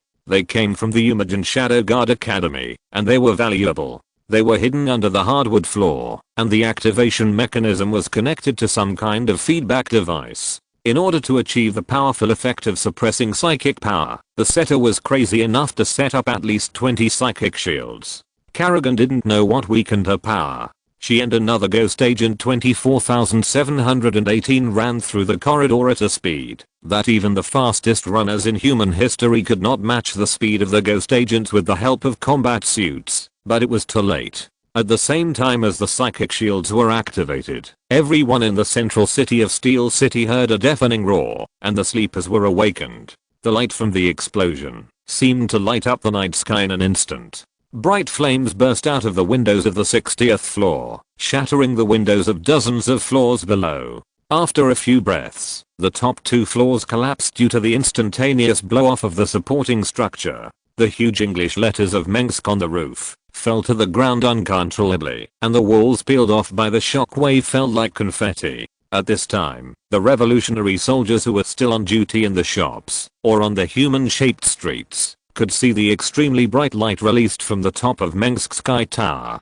Augustus woke up from the table in a conference room of the command center. He quickly changed into the dark gray uniform of the Revolutionary Army, and with the help of 2 personal guards, he changed into a power armor composed of buckles and bonded armor plates, and then issued orders to the bewildered soldiers through the communication system of the command center. After a brief silence, the military camp of Mengsk Sky Tower boiled, and hundreds of soldiers of the 1st Division of the Revolutionary Army rushed to the barracks. Several Revolutionary Army companies in power armor rushed to Mengsk Sky Tower as fast as they could. Their armor was crimson, with white whip rings on their shoulder armor. These soldiers and their officers had no idea what was going on. They were just told to arrest several Federation assassins with powerful psychic powers. As they advanced on the highway, another unit of only 100 people joined the Revolutionary Army. Their armor was the same as other soldiers, except that the Mengsk family's golden wolf head logo was added to their chest armor, which meant that this unit was still directly under Augustus himself, and was actually a guard. Only some officers knew the unit's designation, the Stilling Raiders. They were a professionally trained anti-psychic unit that was established when the Korhal Revolutionary Army was officially established. The Stilling Strikers' armor was equipped with anti-stealth goggles, and each squad was equipped with a 20mm Boatswain heavy sniper that could fire anti-ghost weapons such as EMP bullets. Military aircraft rose from the requisitioned Stilling skyport, and the sky above the city was full of intersecting searchlight beams. Augustus walked around the conference table several times. More Marines poured into the conference room of the command center. An invisible Imogen shadow guard put his hand on his shoulder. Then, with a holographic projection being turned on, a transport ship hovering on the top of Mengsk Sky Tower sent back real-time images. The servants in the Sky Tower were fleeing in panic. Some were knocked to the ground by the revolutionary soldiers who rushed into the tower. There was even a stampede in the narrow area. "Find them," Augustus said on the communication channel. "Keep your distance from each other and be vigilant. Your enemies are seekers. Their attacks can directly affect the mind." More images were sent back from several troops entering the Sky Tower. One troop climbed up step by step through the spiral staircase. Behind them were security personnel leading hunting dogs tamed by steel spirit wolves. The civilian modified armed spacecraft hovering in the air searched for life signals under the rubble. Augustus stared at the holographic projection screen divided into multiple sections, keeping a close eye on every unit that might encounter the ghost agent. Augustus began to make arrangements 2 months ago. After a long period of thinking, he believed that passive defense was disadvantageous. Strict security measures could stop ordinary assassins, but the ghost agents were a group of superpowers that were difficult to guess with common sense. Augustus' advantage was that he knew that the ghost agents would definitely come to assassinate Angus. In this case, he might as well set a death trap, using his father Angus as bait. Augustus has always been accustomed to taking the initiative to complete the role conversion between the offensive and defensive sides. This is his style of doing things. Of course, that Angus was just a criminal who had undergone plastic surgery and memory transplantation, deceiving the ghost agents through false memories. The explosives buried in the floor were connected to the pulse monitor of this Angus. Once the heartbeat frequency was inconsistent with the normal value, the psychic shielding device would be activated to weaken the ghost agent's power, and then the explosives enough to destroy a building would be detonated. At the same time, this also means that, in order to deal with the ghost's mind-reading ability and make this trap more difficult to detect, the Mengsk family security guards and servants on the 60th floor, who are completely unaware of this, will become victims, including the butler Charles, who has been loyal to the Mengsk family for many years. The old butler sacrificed voluntarily. Due to time constraints and the immaturity of memory transplant technology, Augustus cannot find so many criminals to replace these people and ensure that everyone's memory will not have loopholes. When Augustus made this decision, he also silently felt his ruthlessness. At first it was just those resocialized soldiers, now it can be others. Augustus found that he had begun to sacrifice others to achieve a certain goal. Augustus still feels at a loss now, but perhaps one day, even if he has to sacrifice hundreds of thousands of people, he will not hesitate at all and get used to it. The high-level security personnel and servants are the most loyal family guards of the Mengsk family. Most of them come from the Stilling slums and are beneficiaries of the Mengsk family's children's charity. They have been trained to serve the Mengsk family since childhood. These people were willing to die for the Mengsk family, but that didn't mean they could be sacrificed at will. But Augustus had no choice. His enemy was Serac Aragon, the most powerful ghost agent in history. As long as Kerrigan was alive, the lives of Augustus and his family would be threatened at all times, like a thorn in his throat. I hope all this is worth it, as long as, suddenly, a screen panel on the holographic projection screen went dark. It was a small spaceship that was about to land on the collapsed building. The camera of another spaceship parallel to it showed that the lost spaceship was spinning and falling, and the glass of the cockpit was blurred by the splattered blood. What killed him? The spaceship was hit. Pull up and get out of there, Augustus shouted at the same time, and another spaceship was hit. The pilot's head was exploded by a 25mm caliber bullet. At this time, he could already see the red-haired ghost above the ruins. The hot female ghost held a Gauss rifle tightly in her hand. Her helmet had fallen off, and her blue and white environmental mimic combat suit was covered with blood. Even when her psychic power was weakened, and she was at the center of the explosion, Kerrigan's powerful psychic power still protected her, although she looked much weaker. Perhaps this was the reason why Augustus Mengsk finally abandoned Kerrigan. He hated psychics because of the death of his family, and if Kerrigan stood up against him one day, he would undoubtedly be unable to sleep or eat. Kill her, Augustus repeated again. Kill her. Augustus would not put the chips on capturing the 3 ghost agents alive. Kerrigan's psychic power was level 10, just because the highest psychic level of the Terran Federation was only level 10. Augustus didn't know much about Kerrigan during her ghost period, but he at least saw the power of the Queen of Blades. When the last spaceship began to rise and lengthen the focus of the lens, the soldiers sent by Augustus rushed to the 60th floor, which had become the top floor. The Gauss rifles began to roar, but all the bullets suddenly stopped a few yards away from Kerrigan, as if they were shot into gel, and then the bullets were crushed by the powerful telekinesis, and then the bullets that lost kinetic energy fell to the ground like a crushed can. Don't get close to her, shoot from a distance. The commander of the Revolutionary Army who commanded this unit gave orders in the channel. Her psychic power is far beyond our imagination. The Umoyan Shadow Guard beside Augustus said, maybe her psychic power is above level 10. Her psychic power is about to run out. He said, a living level 10 psychic who can be used by us is far greater than a dead one. The Shadow Guard has the technology to remove the Federation ghost agent, which can turn her back to a normal person, if she was a normal person, before becoming a ghost agent. Or study her, Augustus said with a coldness that surprised the Shadow Guard. Corporal Faraday, Augustus said, connect to my channel. I will talk to the ghost agent. Chapter 121 Sarah Louise Kerrigan. Chapter 121 Sarah Louise Kerrigan. More Korhal revolutionary soldiers in crimson power armor rushed into the 60th floor of the Sky Tower, whose superstructure had been completely destroyed. Gauss rifles roared, and thousands of spike bullets, copper bullets, and B2C concussion rounds poured onto the invisible psychic shield of the red-haired ghost agent. The falling bullets piled up like a mountain at her feet. The young Corporal Faraday commanded his troops calmly, even when they were facing unheard-of psychics. Like many of Augustus' officers, Corporal Faraday was promoted from an ordinary private to a non-commissioned officer almost overnight. They were all promoted because of their loyalty to Augustus himself. Augustus found hundreds of Faradays among the more than 1 million Korhal Revolutionary Army and foreign troops, and finally found this young man who was only 20 years old by comparing photos, hometowns, and even voices. As the commander of Augustus's guards, Corporal Faraday was trusted, and many people believed that it was only a matter of time before he rose to prominence. Cease fire, load M shells.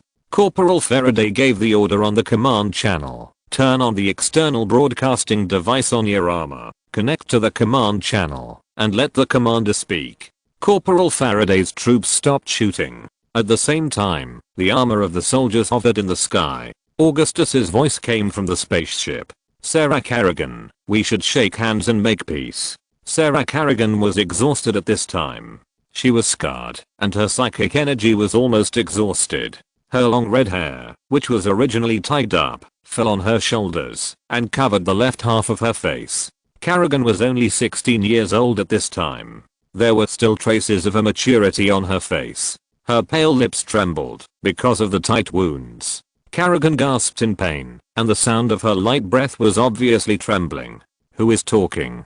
Kerrigan was stalling time while looking for a way to escape, but under her feet were broken ceilings and walls. There was no shelter around, and no way to retreat. "Can you hear me?" She was gathering her last psychic strength, preparing for a desperate fight. The psychic inhibitor can make the ghost agent absolutely loyal to the federal government, and any thoughts of rebellion and surrender will be wiped out once they appear. Augustus Mengsk, the enemy of the Federation. Augustus said. Augustus.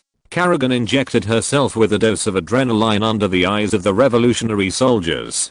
People say that memories will become blurred silhouettes as time goes by, or scripts that can be changed, added, or deleted at will. So, Kerrigan, how many of the memories you firmly believe in are real? You actually discussed philosophy with the enemy on the battlefield? Kerrigan was trying to reactivate the stealth function of the combat suit, but this function seemed to be completely ineffective. She also tried to talk nonsense with Augustus to delay time, but she couldn't think of more words for a while. 16-year-old Kerrigan was taciturn. She rarely spoke, like a silent mountain. You should recall it carefully, Augustus said calmly, as if he was just chatting with Kerrigan. Think about your mother. She may be gentle and beautiful, or she may be a sharp-tongued and impatient woman. But it doesn't matter, because you killed her when you were still young. What are you talking about? Damn it. Kerrigan's light green eyes widened a little, and the nightmare that had troubled her for many years appeared before her eyes again. She had broken away from the nightmarish past. This was her own choice. A sea of blood. Your uncontrolled psychic energy accidentally crushed her head, just like crushing a bug. Blood splashed like juice, cracked skull, eyeballs with tendons, gray brain tissue and half of the lower jawbone connected to the skin. Augustus spoke coherently like reading the menu, watching Kerrigan's face suddenly wrinkled. She is your mother, but how did she become like that at that time? Sarah Louise Kerrigan. Kerrigan began to tremble, and the childhood nightmare that had been declared erased by the researchers came flooding back to her like a tide. A look of fear appeared on her face. The strong and calm ghost agent who seemed to never shed tears fell to her knees, holding her face and crying. For the first time, the psychic suppressor that Kerrigan hated and cursed did not work. The soldiers of the Korhal Revolutionary Army who were originally staring at Kerrigan were stunned, not knowing what was happening. They hesitated whether to continue firing. Of course, they did not understand what Augustus was saying. Perhaps in the eyes of these young people who were easily influenced by mysticism, those incomprehensible words were combined into a kind of sorcery spell that could make psychics lose control. Perhaps the leader of the Revolutionary Army, the son of the great revolutionary leader Augustus Mengsk, the wolf of the Mengsk family, the eagle of Korhal will have a new title. Your father, who witnessed all this, became insane because of it. A few years later, someone told you that he committed suicide. Augustus said. In a prison full of psychics, your peers are defined as lunatics, monsters, and aliens, but you are an alien among aliens, a super monster. The steel frame structure around Kerrigan began to bend at an incredible arc, broken into pieces of marble suspended in midair, and the steel bars twisted and twisted like snakes. The revolutionary soldiers here all heard bursts of psychic screams on the spiritual level. Their eyes began to swell and blood flowed from their ears. Some people knelt on the ground and fell into a coma. The spread of telepathy came from the collective consciousness of all people here. Kerrigan's uncontrollable sorrow filled the hearts of the soldiers, and tears flowed from the corners of their eyes with bright red blood. Kerrigan's psychic level is growing exponentially due to strong stimulation, and a psychic storm from humans is brewing. The stimulation that hits the mind can make a high-level psychic lose control, and the uncontrolled psychic power will sweep everything. Are you a demon? Kerrigan almost remembered that in her hometown of Tarkosha, she destroyed her own family with her own hands. Her fate was a ridiculous tragedy. She longed for beauty, but always destroyed everything with her own hands. She wanted to bring salvation and hope, but destruction and despair always followed her. What are you waiting for, Corporal Faraday? Augustus switched a channel and said to his commander, catch her. Corporal Faraday snatched the boatswain's heavy sniper rifle from a crying subordinate with tears streaming down his face and aimed at Kerrigan. Other soldiers also struggled to shoot. Fortunately, before the soldiers were ready to shoot, the exhausted Kerrigan suddenly fainted on the ground. The rocks suspended in the air had fallen, and everyone escaped. How do you know this? The Umayan shadow guard who was guarding Augustus asked Augustus in confusion. From my loyal and reliable Korhal intelligence agency. The shadow guard tilted his head. He naturally felt in awe of this mysterious department that seemed to not exist. I proofread the typos after posting it first. Please forgive me. Chapter 122. The removal surgery was successful. The sobbing became lighter. Kerrigan hugged her blanket tightly. The blanket was pulled away, and everything was gone. In her dream, some scenes from the past seemed to reappear in the past. The town, the garden with the greenhouse and the green lawn in front of the door. The sky was warm, the same light yellow as the petals.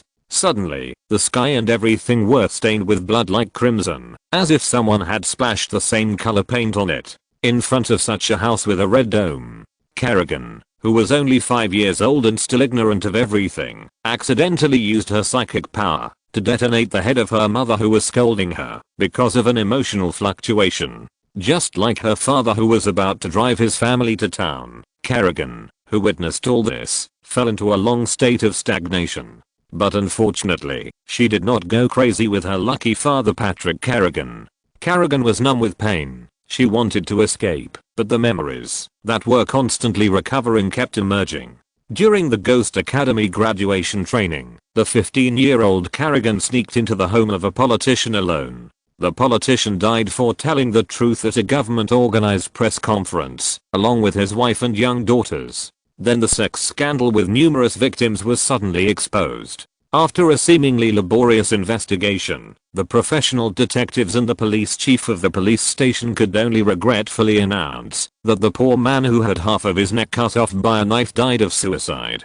A year later, there were righteous people who spoke up for the politician, and they were furious about the unwarranted slander. So the emotional citizens spent a few days remembering this great man and typing freely on the website. It's not just this family. Since becoming a ghost agent, Kerrigan has killed more than 1,000 people, most of whom are innocent family members of the assassins. Every time he kills a person, the memory of these people will be forever preserved in Kerrigan's memory storage neurons. The people and teachers of Ghost Academy deceived Kerrigan. From a technical perspective, humans can only use false memories to cover the original memories and cannot completely replace them. In a sense, it was the psychic suppressors that saved these ghost agents and prevented them from being driven crazy by such memories. However, the people who ordered them to kill were actually the ones who made these psychic suppressors. Kerrigan felt sincere pain when she thought of the faces of those innocent people and what they thought before they died.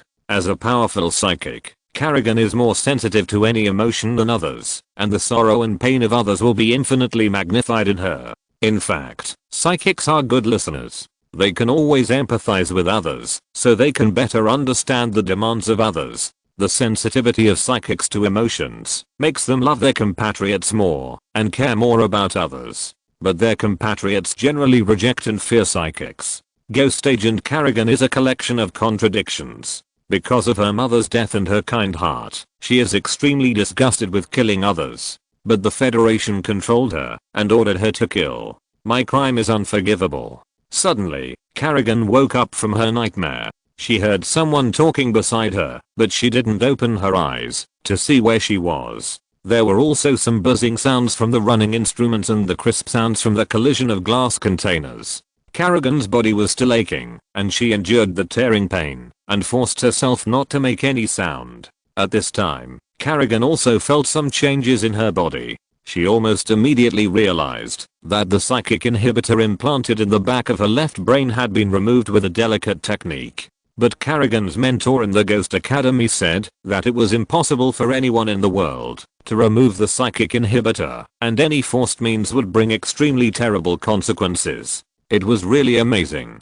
The 16-year-old Kerrigan decided to curse the federal government that brought her endless pain in her heart to prove that the psychic inhibitor was really removed. But Kerrigan was not good at cursing people, and her vocabulary was very limited. She could only curse them as pigs or stupid cookies. It is very similar to the transformation of resocialized soldiers. A strange voice said, this psychic inhibitor, or neural controller, can perform the same function as resocialization transformation. After implanting this device, even psychics who have powerful psychic talents and telekinesis and are considered uncontrollable can become obedient warriors. In other words, they have to do whatever I want them to do.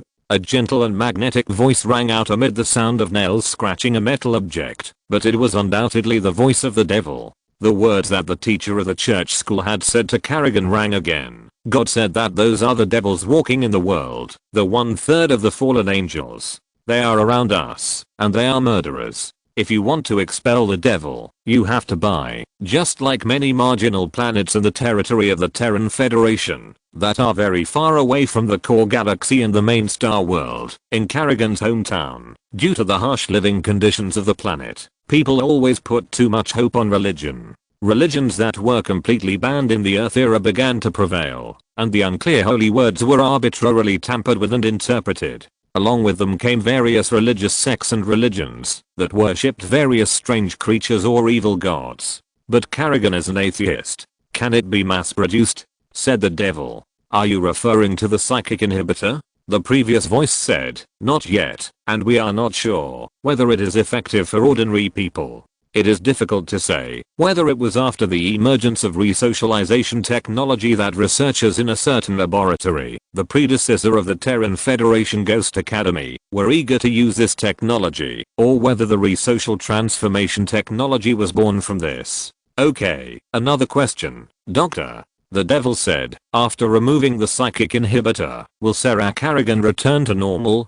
Kerrigan tried to spread her psychic power and feel the brainwaves emitted by people when they think to figure out what happened. But this immediately led to disastrous consequences. Without the control of the psychic inhibitor, Kerrigan suddenly released psychic power far beyond her own imagination. With the sound of light bulbs, glassware, and glasses breaking, the operating room suddenly became dark. Everyone was embarrassed. Kerrigan covered her face like a little girl who had done something wrong, and opened her eyes after a brief silence. But when she brushed away her fiery red hair covering her eyes, and looked at Augustus, Kerrigan almost screamed in fright. Are you awake? Augustus was using a flashlight-like lighting device to point at his face from under his chin. The cold grey eyes were looking at Kerrigan. The operation was successful. You are free. He showed his sharp teeth. Don't forget who saved you. If you're listening to this novel on a channel other than Fanfic World, it means they downloaded and uploaded it without effort. We cordially invite you to visit our channel, Mundo Fanfic Novelos. There you'll find the original version of this story and you can explore many other novels of various genres. We're waiting for you to immerse yourself in a world of incredible novels. Chapter 123 Redemption. Sarah Kerrigan sat up with her elbows. Her tattered ghost agent camouflage combat suit had been replaced with a loose rough textured jumpsuit. The tubes connected to the instruments buried deep in her fiery red hair made her feel uncomfortable. She originally thought she would be tied to the electric chair, but it seemed that the actual situation was not that bad. The staff in the operating room took a few minutes to fix the lights, and soon the operating room, which could only accommodate 2 beds and some medical equipment, was bright as before. Kerrigan's hearing, which was more sensitive than that of ordinary people, told her that there were many ventilation ducts connected to fans in the wall, which meant that this place was probably underground. Kerrigan looked at an old man with grey hair and a white coat standing beside the bed, and then set his eyes on Augustus, who put his hands behind his back. Kerrigan could distinguish his voice. It was this man who awakened her worst memory with just one sentence, which was comparable to the whisper of the devil. However, Augustus's initial impression on Kerrigan was not that bad. He looked quite young, with thick grey eyebrows, deep eye sockets, a hawk-shaped nose, and a firm expression. You saved me, and what can I do for you? Kerrigan looked at Augustus. Although Kerrigan could sense that there were only 2 unknown powerful psychics in the operating room, she still sensed some of Augustus's thoughts on the surface of consciousness through telepathy, friendly, peaceful, and curious. Overly powerful psychics will read other people's thoughts uncontrollably. Training in psychic inhibitors in this area can effectively restrain them, but Kerrigan, who had just removed the inhibitor, was obviously unable to control his overly powerful psychic power and telepathic ability. I need to know what you are good at. Augustus was wearing a dark grey woolen officer uniform, a Revolutionary Army uniform with closed and lined western straight trousers, and a sheepskin belt with black copper nails. His cold grey eyes were attractive and sharp like an eagle. Point: kill people. Kerrigan hesitated, her beautiful eyebrows wrinkled in pain. No, I don't want to kill people. No one taught her anything other than disguise and assassination. Ghost agents are engaged in the cruelest and darkest work in the Terran Federation. They are the best assassins and the most efficient killing machines. I won't let you kill people. Augustus tilted his head slightly to the left, as if listening to someone next to him. The fact is just the opposite, he said to Kerrigan very calmly, as if there was no negative emotion of fear or terror at all. I want you to save others, liberate the oppressed and their traumatized souls, and maintain fairness and order.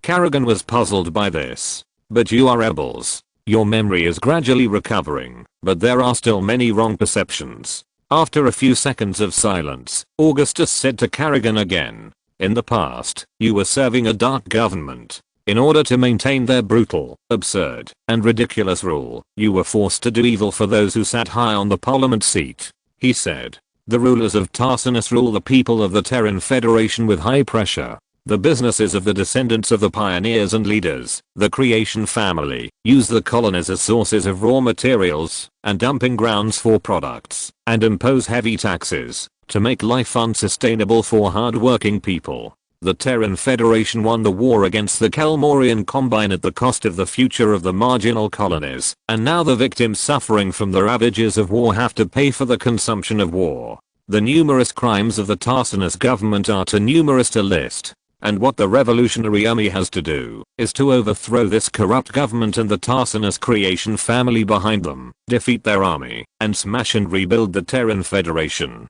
Now, there is an opportunity to change this destiny in front of you. Augustus moved closer to Kerrigan, who was listening attentively. You only need to stand by our side and fight alongside us, and you will understand the darkness hidden under the glorious appearance of the Tarsinus Federation government, and understand that we in Korhal IV are on an extremely bright road. I think you are right. Kerrigan stared at Augustus with her light green eyes hidden under a few strands of fiery red hair. It's good that way. I have already committed an unforgivable crime. I killed many people, this is an indisputable fact, and I still remember the memories of those people clearly. As more memories gradually recovered, Kerrigan became more and more sad and desperate. She was burdened with the guilt that made her conscience condemn her. Though self-condemnation and repentance were imposed by Kerrigan herself, and a real villain obviously didn't care about these at all.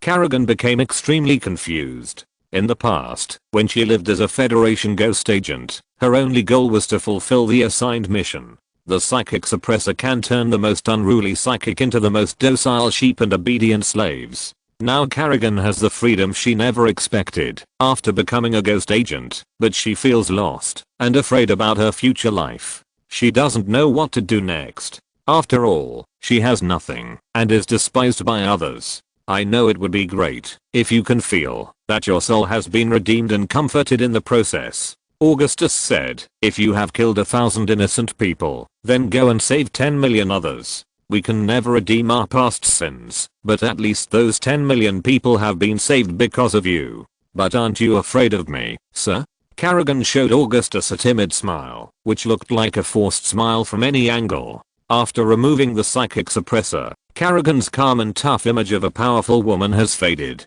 Now she is no longer a cold and ruthless federal ghost agent, but just a 16-year-old girl. Kerrigan is afraid of getting a positive answer from Augustus. The only thing we need to fear is fear itself. Augustus first quoted a famous saying, and then said, no matter how others see you, they regard you as a monster, an alien, or someone who is despised by fate. But in my eyes, you are a part of humanity. You should not be high and mighty with your psychic gifts, nor should you be hated because of your differences. You are Sarah Kerrigan, and you will always be Sarah Kerrigan. Follow me closely, stand with me. He said, you will no longer be at all, but a person who lives up to your name. Now Sarah Kerrigan is like grabbing a beam of light in the endless darkness, and that light seems to come from heaven. She has a new goal. Chapter 124 Ghosts of the Past. Ghost 24718 lost an arm and a right eye in the mission to assassinate Augustus Mengsk. The granite fragments in the explosion pierce both of his lungs, which means that he will have to rely on an oxygen pack and assisted breathing machine for the rest of his life. Augustus has learned from Kerrigan that he is one of the 3 ghost agents who carried out the assassination mission.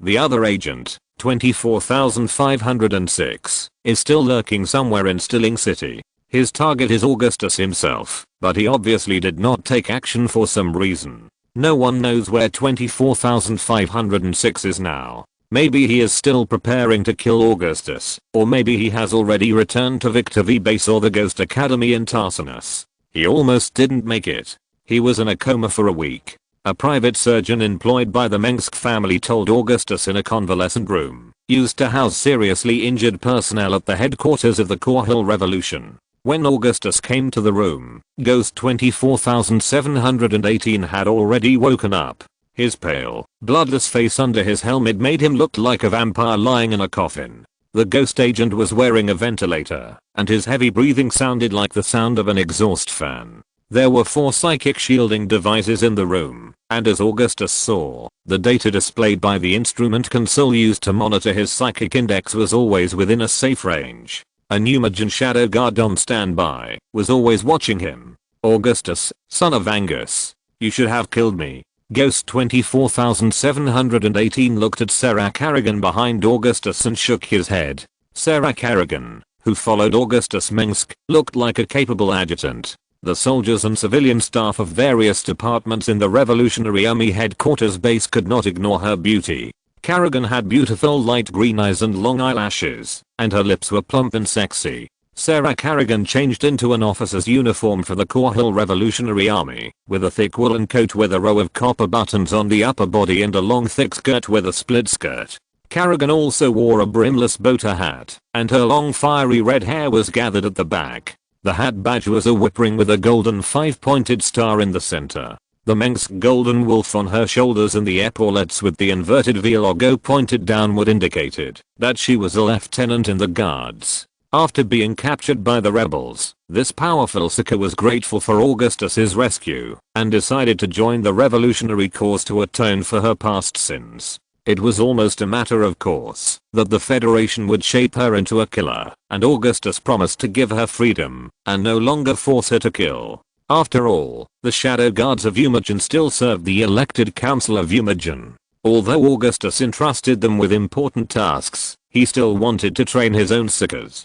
Reusing the federal assassin who assassinated his father caused some people, including Corporal Faraday, the commander of Augustus's guards, and senior officers of the Revolutionary Army who learned of this matter, and the former Heavenly Devils of Augustus's team, to worry. But since Augustus himself and his father didn't think there was anything wrong, others no longer questioned it. But what else do you expect from me? Even if you remove my psychic suppressor, my personality that has been formed since childhood is still dangerous to you. I used to love all life, but now I'm just a butcher who enjoys killing. His voice was a little sad, but he didn't cry because of it. I used to be a child who raised chicks that fell from the nest and let them fly, but now I like nothing more than nailing the tail of a victor squirrel to the ground and peeling its skin alive. When I was in this ward, I often heard someone talking in my ear, or saw the phantom of my childhood.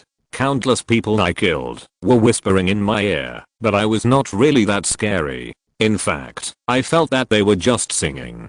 Ghost Agent 24718 is quite dangerous. He is always depressed and likes to talk to himself, so that his doctor can't figure out whether he is talking to another self. He is intoxicated by killing, but he hates it in his heart. This is one of the signs of schizophrenia. He believes that his nature is kind. His body has his past pure and kind soul, but he has a hysterical love for killing and cruelty, the doctor said in an absolutely calm tone. When 24718 was talking to himself in front of the mirror, I learned that his mentor once forced him to kill his most beloved pet in order to test his control over his psychic sensing ability. There are many similar trainings, such as choosing an empty bullet from dozens of pistols and shooting oneself in the temple. I was considered uncontrollable, so I was the first agent to be implanted with a psychic inhibitor. I'm a devil, and I love torture. Even so, aren't you afraid? Augustus and the doctor looked at each other and both felt that this was a rather tricky character. Even so, I still want to hire you as my ghost consultant. Augustus said, I want to establish a special organization based on seekers, and the function of this organization is far more than assassination. You are very sincere. Ghost 24718 looked at Augustus for a long time before saying, to be honest, I'm happy to help you deal with the Terran Federation. The Ghost Academy destroyed my life as a normal person, and I'm determined to take revenge. But I can no longer integrate into the life of a normal person. Ghost 24718 has a pair of melancholy blue eyes in his deep eye sockets, and his lips are tightly pursed, as colorless as his face. I will kill for you, if you need me to do so. We don't have to kill anymore, Marshal Augustus Mengsk promised me. Karragan said to 24718. I didn't expect you to trust him so much. You should know that people are not sincere, and mean and lies can deceive people's hearts the most. Ghost 24718 shook his head. Okay, but I like killing people. This is my hobby. Maybe it will make me feel guilty and regretful, but repentance is for the future.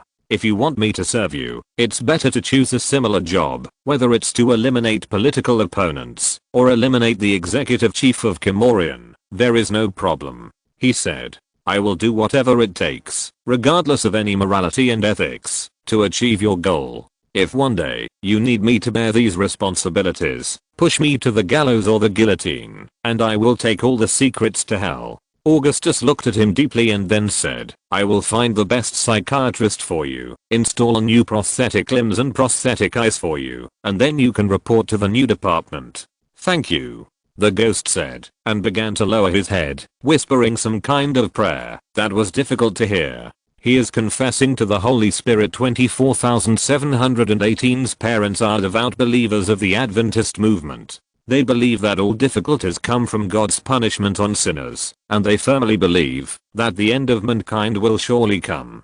The doctor explained to Augustus. Chapter 125 August National Security Council. In mid-April, the new Korhal IV governor's office announced a state of war and global martial law, and implemented a wartime economic system. The new government also announced that during wartime, metallurgy, transportation, spacecraft manufacturing and other industries that fully support the war would be taken over by the Dominion government. Even so, the enthusiasm for the revolution has not faded. In the August Square in the center of Stilling City, the red flag of the Mengsk family and the white five-pointed star flag of the Korhal Dominion flew. The people of Stilling responded to Angus's call for people to participate in politics, and went to the square and the streets to vote for the newly elected Korhal Dominion Parliament.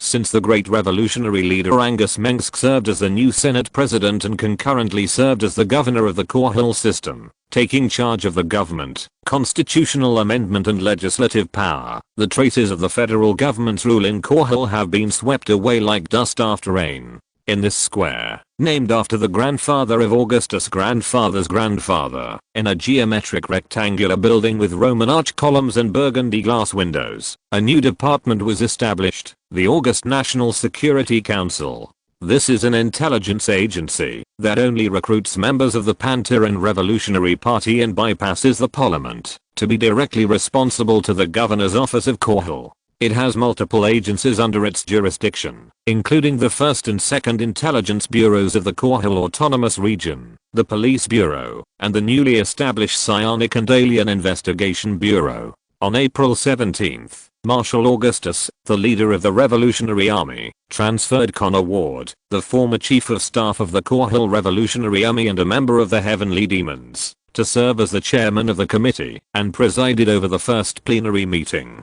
This nameless building was originally planned to replace the Palatine Council Hall as the new Council Hall. The construction of the new Council Hall began 16 years ago, but it was not completed until last year, nearly 10 years later than the original deadline. The funds consumed during this period exceeded 6 billion federal credits, which is 100 times the original budget. The new Council Hall is the product of the Korhal senator's pursuit of power and luxury and his corrupt rule. Its construction funds all come from Korhal's taxes and corporate donations. Its interior decoration is extremely luxurious, decorated with countless beautiful rubies. The floor is expensive Chasselas sunwood, and some building materials come from star systems 1,000 light years away. However, when it came to the issue of abandoning the Palatine Council Chamber and using the new Council Chamber, the majority of traditional members of the Parliament decided more than a decade later that they must continue to hold meetings in the original Council Chamber in accordance with the centuries-old tradition.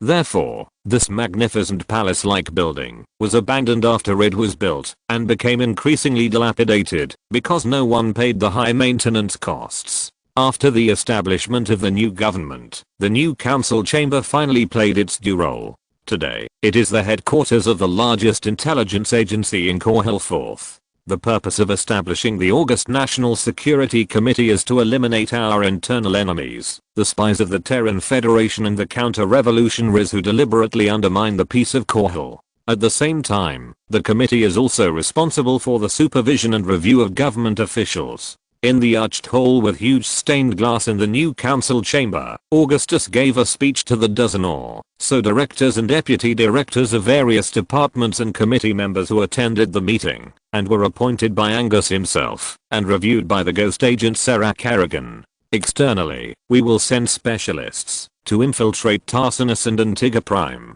While collecting intelligence and stealing military and cutting-edge technologies, we will also aim to control or influence the leaders of the creation families and members of the federal parliament. In this regard, the Humoyan agents working in Tarsinus will assist us. Marshal Mengsk, I'm worried that internal scrutiny will evolve into cruel oppression of the people. The people will live in tension and suspicion all day long. Reporting and exposing each other will eventually turn into a disaster that tortures human nature. This has its historical lessons. A middle-aged man in formal clothes said, "You don't have to worry about this problem. We have our own way to judge whether they have truly betrayed the revolution.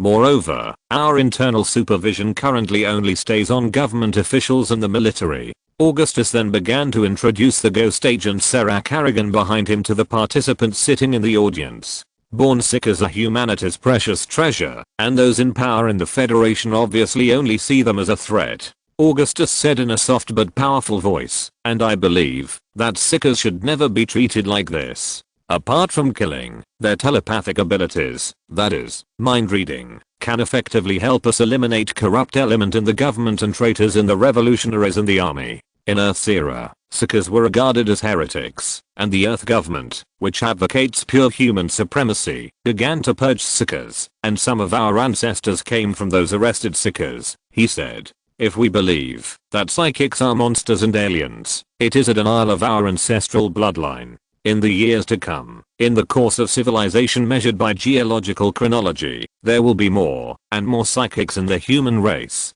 I support the theory of human evolution, which is my position in the field of psychic research. Please believe that psychics are still one of us, and work peacefully with them. As for the public, we must also shape a good image of psychics, and do positive and beneficial publicity. Have we also been investigated? After Augustus finished speaking, the director of the first intelligence agency was surprised, but we didn't know. This is natural. There must be no traitors in the intelligence agency. The director of the second intelligence agency immediately said, "The fact that we can sit here means that we are absolutely loyal to Korhal." Psychics. Connor Ward, chairman of Korhal's National Security Council and former Heaven's Devil rocket soldier, looked at Augustus. "I only recently learned about these superpowered people living among us. I'll tell you the truth. If psychics are used to investigate ordinary people, then who should investigate and supervise the psychics themselves? The answer is a more powerful psychic." Augustus pointed to the girl with long fiery red hair next to him. "This is Sarah Kerrigan, the director of the Bureau of Psionic and Alien Investigation." It was unknown when this ghost agent, who was once a federal assassin and intended to assassinate Augustus' father, Speaker Angus, followed him closely and acted as his adjutant. Kerrigan's daily image was a dark grey military uniform and a boat hat with a Revolutionary Army cap badge. She always had a sharp dagger and a shotgun on her hip. Connor Ward stood up with a serious face and walked to the podium, as if to confirm that Kerrigan was a psychic. Then, Ward walked to Augustus' side and said in a low voice, Is she the reason why you transferred Lisa to the newly established National Hospital as the director? This is what they asked me to ask. I'm not curious at all. This made Kerrigan look confused. What does this have to do with this meeting? Augustus glared at Ward. And Lisa wanted to go on her own, and you knew it. Be serious. He emphasized, you are the person I trust the most, Connor. I'm very relieved to leave this organization to you. I just set up this organization according to my father's ideas. As for making it operate as we originally expected, and making the enemy terrified, that is your task. Treat the enemy with no mercy, Augustus said solemnly. I believe in your ability. She is indeed very beautiful. Connor nodded. Shut up. Augustus was anxious. End of this chapter. Thank you very much for reaching the end. Don't forget to like. Looking for more exclusive content and immediate access? Subscribe to our Patreon. Remember, every like, subscription, or donation encourages us to continue. Thanks to everyone. See you in the next video.